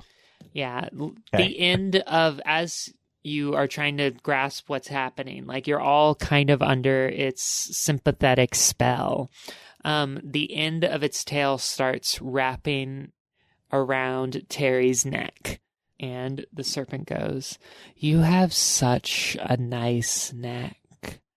You all should just take a load off. Take a break." That's when I tighten the rope around its neck, too. All right, let's do a roll against. Give me a 2d6. Oh, shit, that's a 1. 1. That's a 4. I'm rolling devastatingly high. Gonna say. Terry, you take 1 stamina damage, and we're gonna Okay. go ahead. We're gonna go ahead and we're gonna do turn based now. This is full combat now. Carpaltina, what would you like to do? Well, first I'm convincing myself that I'm probably not going to get food from this place either. She's so hungry. I'm so goddamn starving. All right. Well, all she really knows how to do is metronome at this point. I don't think any of my other spells will work, so I'm gonna try metronome. Okay. I rolled a 3. 3. Let me see. Yeah, go for it. Okay. It's not cold fever or whatever. 3 and 3. Fear. Nice. Specifically, the wizard grows into a primal monster from the depths of their lizard brain. They will attempt to flee, otherwise they will curl up into a ball and whimper. They may test their luck to resist the illusion. Okay, can you just... So, not good for me. you just get scared? Yeah, I basically use Cold Resolve on myself and like get so scared, and since I can't flee because I'm encoiled, I just kind of go fetal position. But do you physically turn into a manifestation of your nightmare? It's in bold, so yeah, I guess so. Okay, can you describe what that looks like? Tony the Tiger. Great. It's pretty terrifying. You transform into Tony the Tiger and you're overcome with fear. And as you are overcome with fear, the serpent loosens its coil significantly and it looks at you and it goes, I'm so sorry. I had no idea. You poor, poor little girl. And the serpent starts to like rescind back into its cage and it's shivering like in fear itself. And you hear the little goblin man behind the desk go, "Eek! That wasn't supposed to, my sympathy serpent. Just I'm so hangry. I'm sorry. I'm gonna have to ask you all politely to leave, please. This is when I release the lasso on the snake, of course, and use it on the goblin. That's a 4. Fuck, 4. That was a 2 plus 2. It actually, you hit. Now, I got all my good rolls out. So can you describe what your rope trick looks like? Okay, I just lasso this goblin. He is like hogtied, Eek. you know. Yeah, and I dismount Rusty and we hogtie this motherfucker and look for the loot. I got it right here. My loot's right here. Don't worry about that. I mean the loot, you know, not the loot, the other loot. I don't know what you mean. We're I got a loot right here in my hand. For our secondary objective, our side quest. I think he's saying he wants the goblin booty. The goblin is full crying now, and he's like, "I'll give you anything you want. I'm so sorry. I'm sorry. I'm just doing my job. I'm just doing my job." Mr. Goblin. That's not okay. I've heard that before. That's the Nuremberg defense. The only thing we want, Mr. Goblin, is all of the kingdom's records. And how much Pronto. money you got? I have a couple dollars. I was gonna spend it on food. Frosted Flakes? Well, I prefer a poke bowl. I don't know why I said that. We'll be the ones buying food now. Give us those dollars. Our favorite currency. Shuffle through the pockets. Okay, grab the loose change. Yeah, you got. Let's say you get $25 from this crying goblin, and he goes, All right. all the records are on the shelves. They're all there, and you look around and you see that there's just like file cabinets, 15 feet of file cabinets in the room. What do you think, fellas, about these file cabinets? Well, I have in my inventory a lantern and a flask of oil, so we could start these on fire if we wanted to. That would be great. I'm in favor of a Fight Club-like situation. Let's reset let's burn the Library of Alexandria for debt. Wow, that's a really good idea, fellas. Maybe you could let me out of the lasso when you do that. Sorry, we're just doing our jobs. Who's holding that $25 that we took from the goblins? I did, because I lassoed him. I put it in my pocket. To the winner go the spoils. Yeah. So yeah, I'm going to try to start a fire here, I guess. Should I roll for that, or do I know how to do that? I'm going to say you know how to do that. Fire has begun. Excellent. The room starts filling with smoke. The little goblin is like full on weeping. Very scared little boy. Hey, goblin, if I could, I would be anyone but you. You should be ashamed of yourself. Yes, the little goblin administrator shits himself. And you go back into the hallway, and you head down, and you can see, you know that you're in the throne room now. This looks a lot like a throne room to me. Mm-hmm. We'll say my fear wears off at this point. My primal monster So you're back form. to being a little girl instead of Tony the Tiger. I love it. Wendy's back. You enter the throne room. It looks exactly like a fantasy throne room. Everyone's vision of what a throne room is correct. You see that the throne is empty. First, there's only one throne. There's not two. There's just one. You see a door off to the side that's quite large, and you hear a slow clap. And from behind the throne, there stands a police officer. This is when Rusty poops on the floor. Oh, man, that smells worse than Quigley. Hey, now I'm you've not been gonna do doing a that smell the check whole for that. time. This is just the first time he did that. You gotta leave him alone. He's alive. The police officer turns on his little radio here. Bleep. Yeah, it looks like our intel was correct. We got some strangers in the throne room. And he comes over and he goes, all right. Put your hands up. Pulls out his gun. He's pointing it at you. Is this a termite cop or is this the dog? Is this a dog? It is a fully human police officer. It's not a dog police? No, it is just... I would love to see a dog police. It is not Hound Patrol, Pound, whatever. Paw Patrol. Yeah. It is full, just a regular policeman. Oh, you just look like a dude. I'm not scared of you. Sir, have you seen the king and the queen recently? We're just looking. Get on the fucking ground, dirtbag.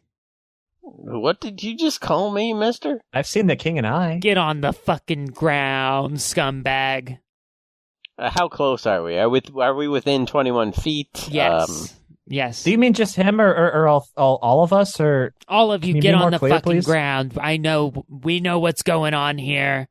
Who's we? And you're going to fucking jail. I'm the fucking Cyclops King's #1 guy. I'm the you realize real... I'm a hot young adult, right? I'm the real... Sweetheart, the men are talking. Keep it down. I cast misogyny. I am very hangry, and I have had it up to here with this termite and dog bullshit of a world. I want to just use metronome and not care. Okay. Like what I do. I'm going to give you that. I'm going to give you that because you're hungry. Hangry bonus. Hangry bonus, yeah. So Okay.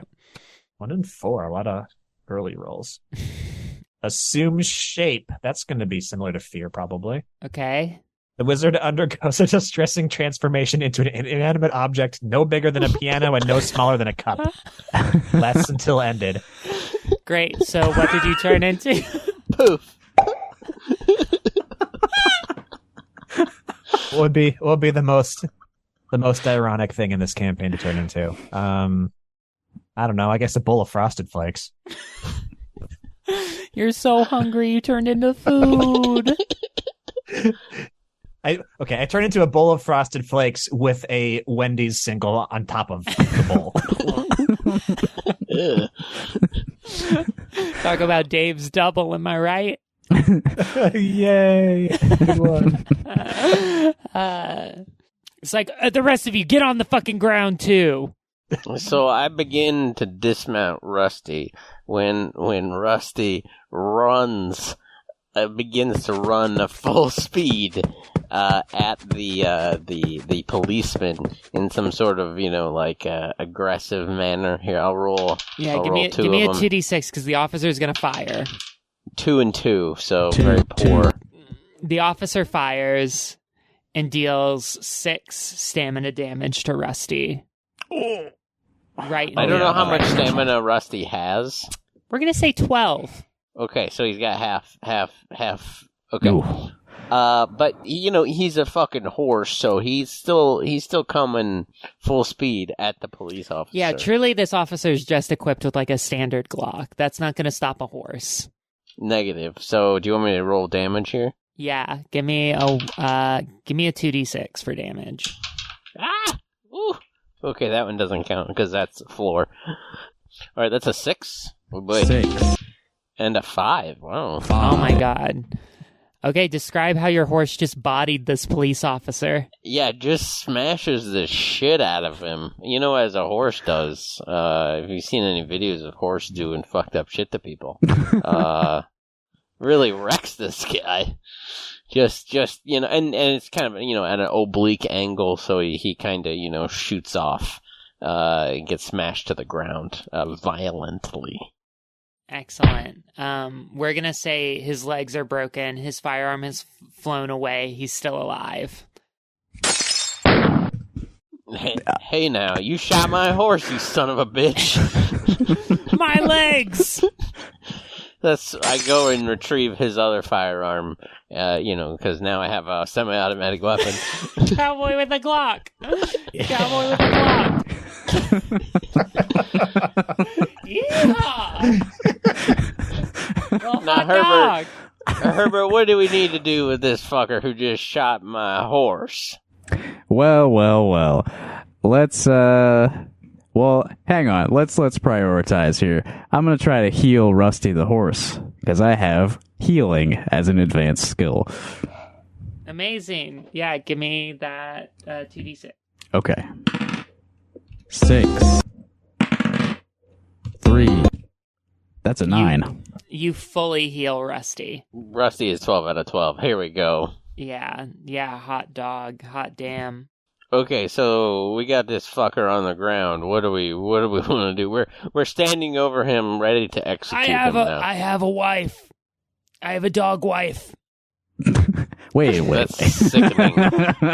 You make me sick. Wait. In this sphere, that might just be the equivalent of interracial marriage, so I don't know if we should be so quick to denounce this. She's a German Shepherd. Well, Where's they are the king Nazi and the dog. Queen?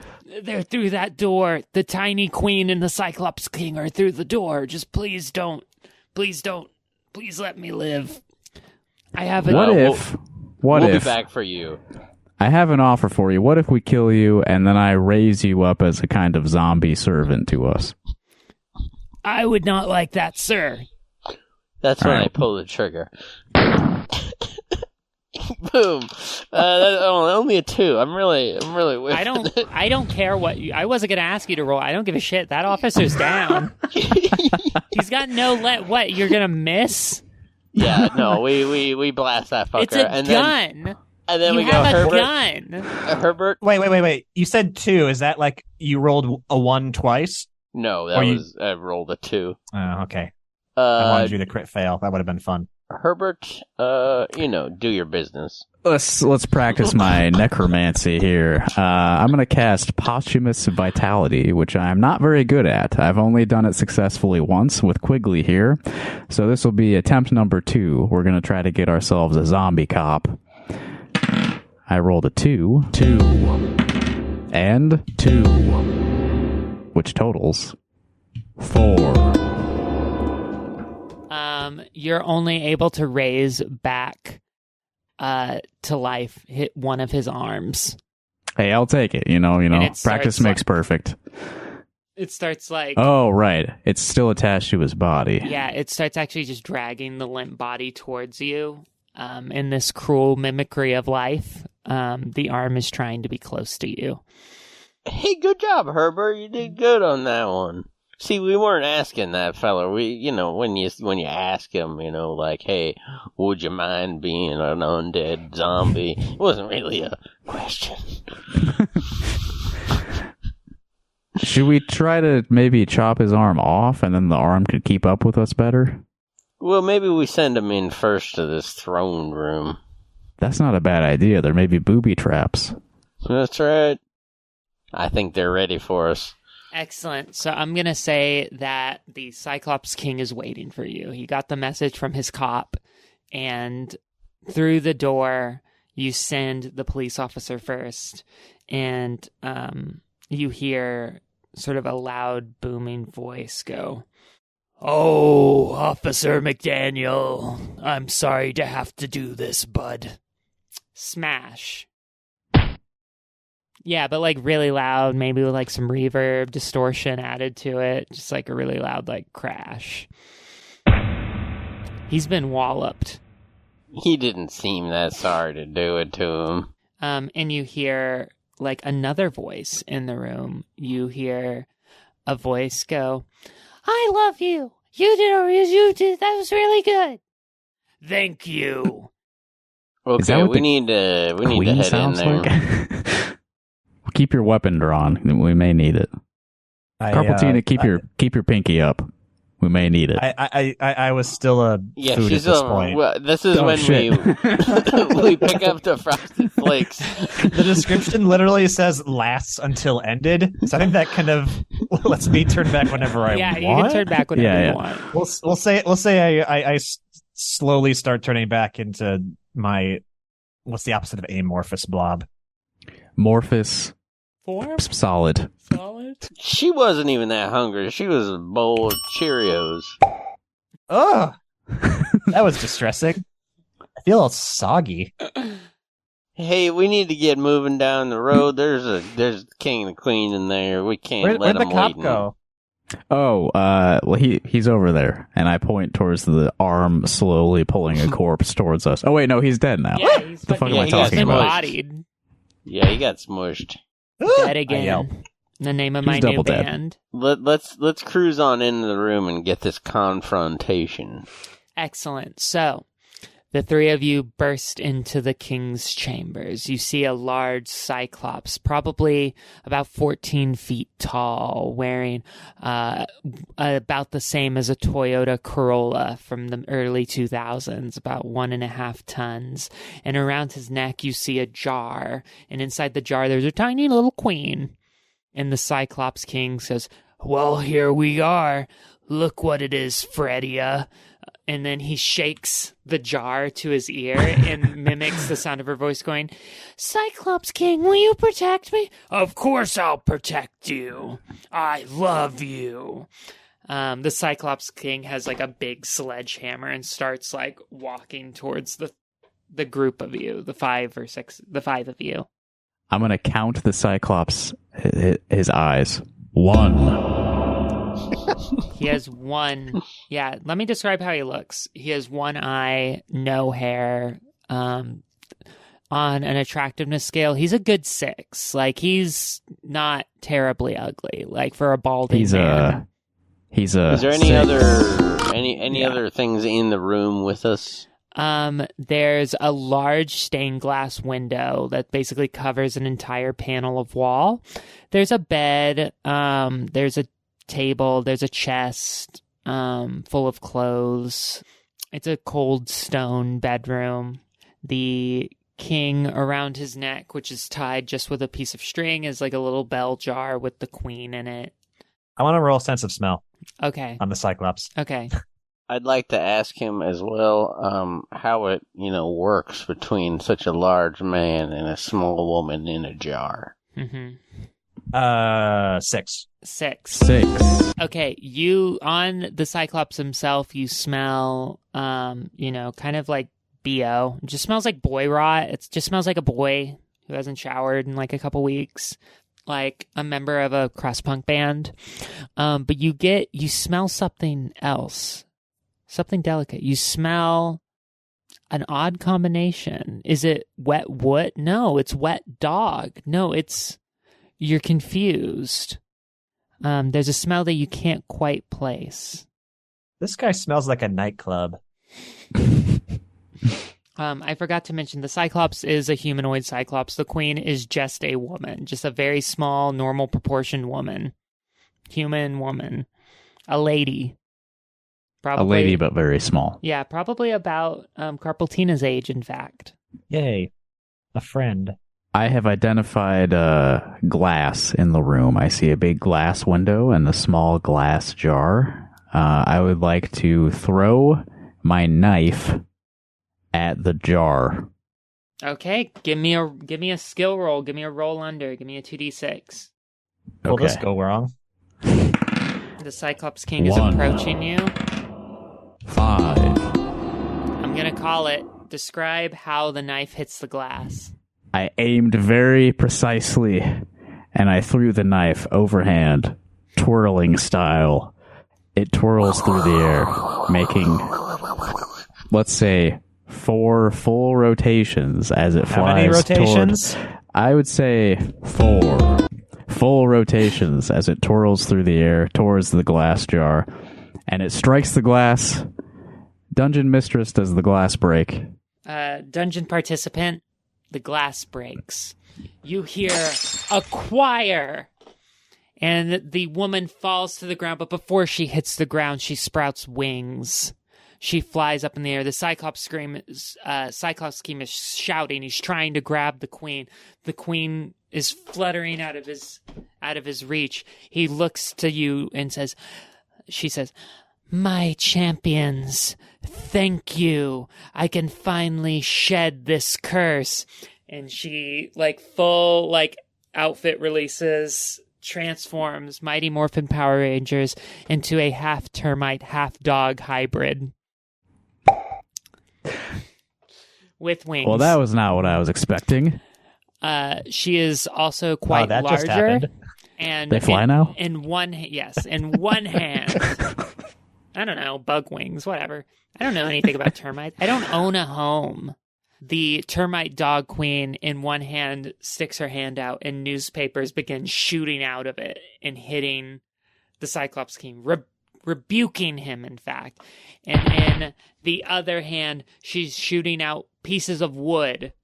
The Cyclops King is shouting, and a splinter lodges in his eye.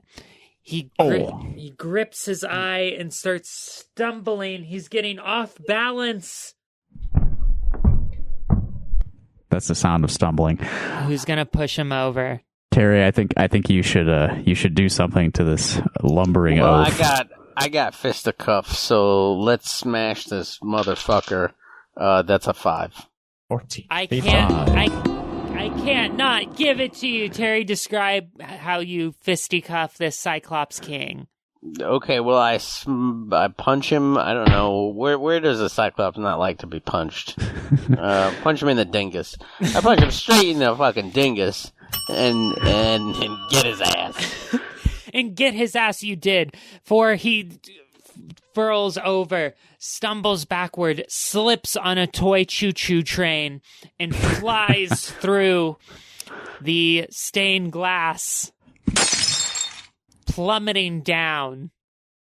You look out the window, and he's been impaled by some of the fencing in the Capitol lawn. Wow, we got him. Yeah, that was a good fisticuff you did there. I look away in horror because that's pretty gross. I'm not a fan of the monarchy of any sort. I like monarch butterflies. Not what I'm talking about, you dumb kid. I like monarch penguins too. The queen flutters down to the 5 of you and goes, "My champions, I've been trapped under the Cyclops King's curse for as long as I've been alive, and now I can finally unite my kingdom, termite and dog. You look good for your age. I can give them all of the wood that they need with my wood powers. Again, I can help supply all the newspapers the dogs need with all of my newspaper powers." She's full Two-Face, by the way, where half of her face looks like Balto's mom, and the other half is just a termite. Queen, I'm curious about your origins. Are you some sort of deity, or are you the result of interbreeding? That's a very personal question. Why was the Cyclops keeping you in a jar? It was a cursed jar that prevented me from taking my full form and accessing my true powers. And you, young shepherd, the answer to your question is both. Oh. So it's sort of like a Greek mythology thing where the gods have sex and stuff. Divine right of kings, etc. Yes. Yeah. Yeah. I don't think monarchy is a good idea. You should really consider some alternate forms of governance. Well, I would be open to hearing any suggestions from you. Listen, I don't like to get political. Suddenly, a portal opens. Bursting through the portal is a man-horse. It's like a horse, but a man, completely nude.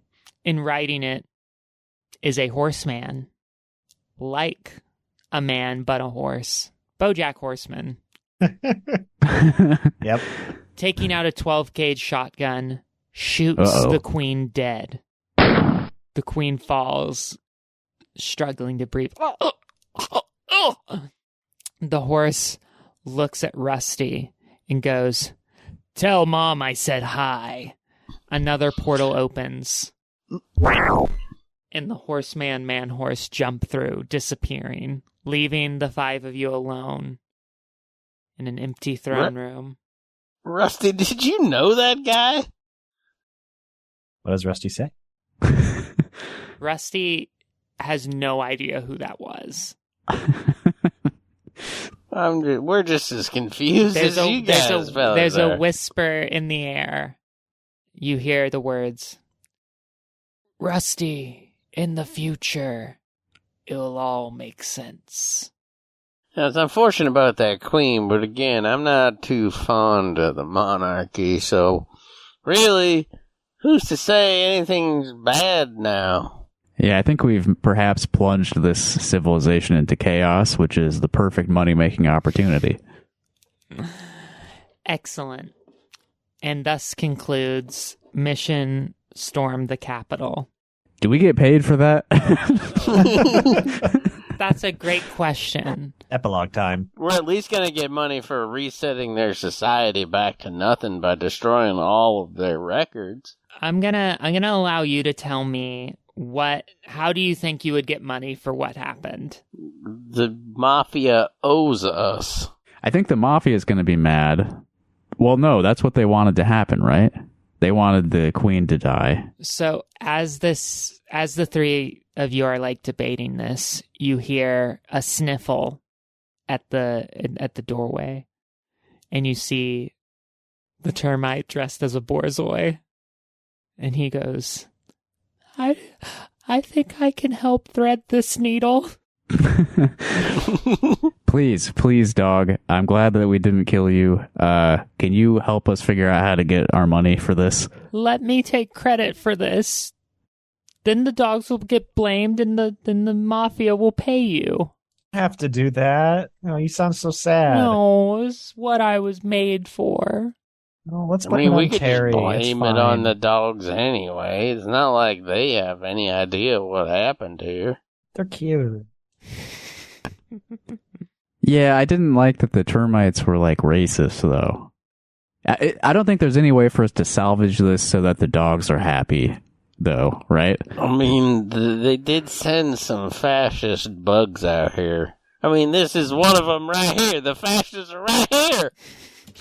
I was just looking for a meal. I don't even know what happened this entire day. You all did burn all of the bank records, and you did kill the Cyclops King. Where's my smackaroos? Yeah, maybe we shouldn't spare this termite. Maybe we should kill him, too. I could turn into smackaroos.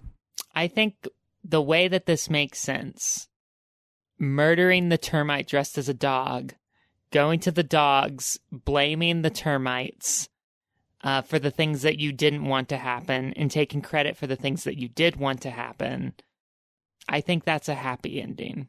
We're playing both sides against each other, I think is what needs to happen. Dog supremacy. I think rule number 1 is no witnesses. That's right. That's right, Herbert. Now you're thinking. I can probably do a spell that lets the dog forget. He ain't even a dog. I mean, Woof. I mean the cockroach, and I use metronome to attempt to do the cockroach spell. Okay. Because that's one of the 36 outcomes. Yeah. Are we going to assume a success? I keep rolling one with the brown die. I'm going to assume success. Your dice are fixed. Okay, so I literally rolled assume shape again.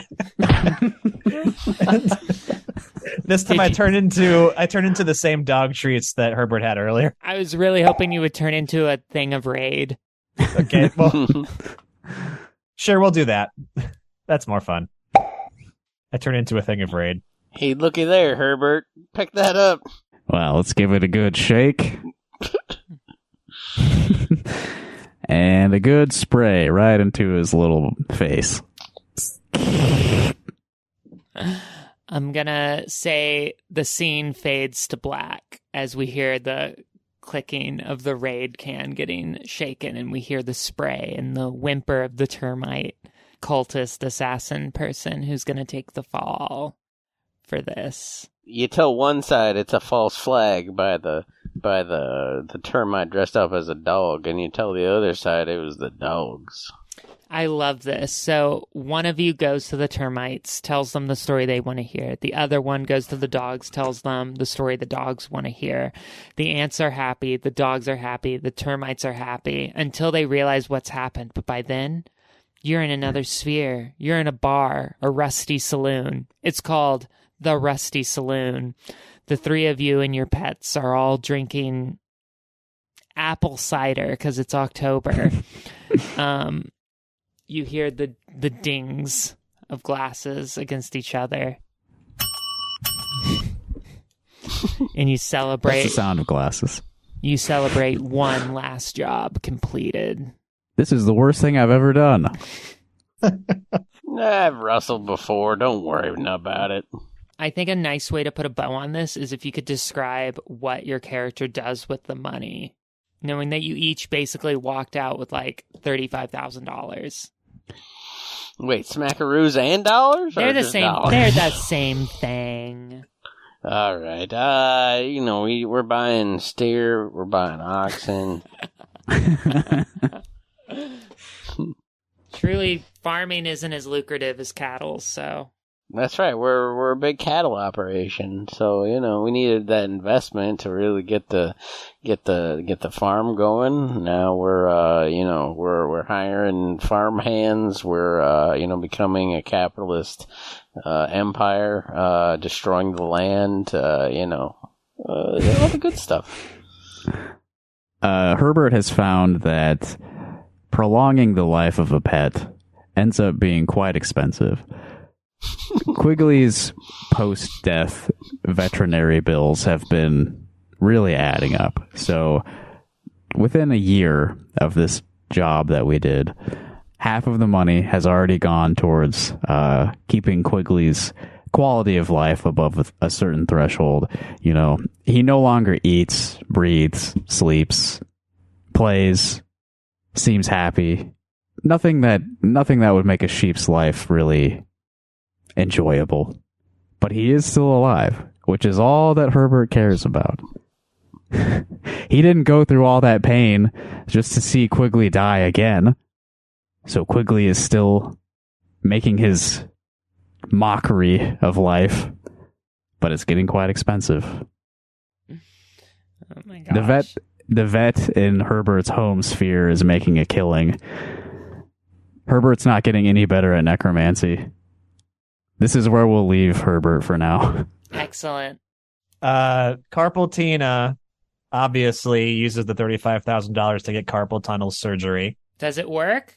Well, it gets delayed because the healthcare system, being what it is, calls into question the validity of the signature. Irony. Amazing. But yeah, eventually it does work, and always finding something a bit maybe attractive about Terry Cheesecake, asks to become one of his farm hands. What does Terry say? More like a farm finger, am I right? We're gonna put you on probation. We'll see how it goes.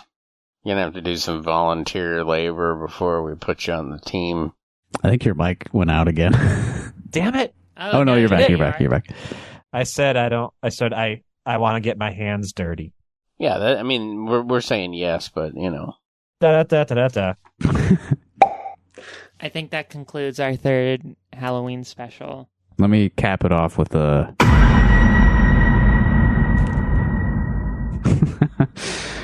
That was great. I really liked that one. Carpaltina is a really funny character. That's really good. I'm not sure where I was going with any of that personality, but Girls gotta eat. Yeah, I liked. Yeah, I'm stopping this right now. the metronome is fun. I want Thank to you for bring that back. listening. yeah, that was awesome. The randomized spell. It's a great idea. Are we stopping recording now? Yeah, we can stop. Okay. Bye. Bye.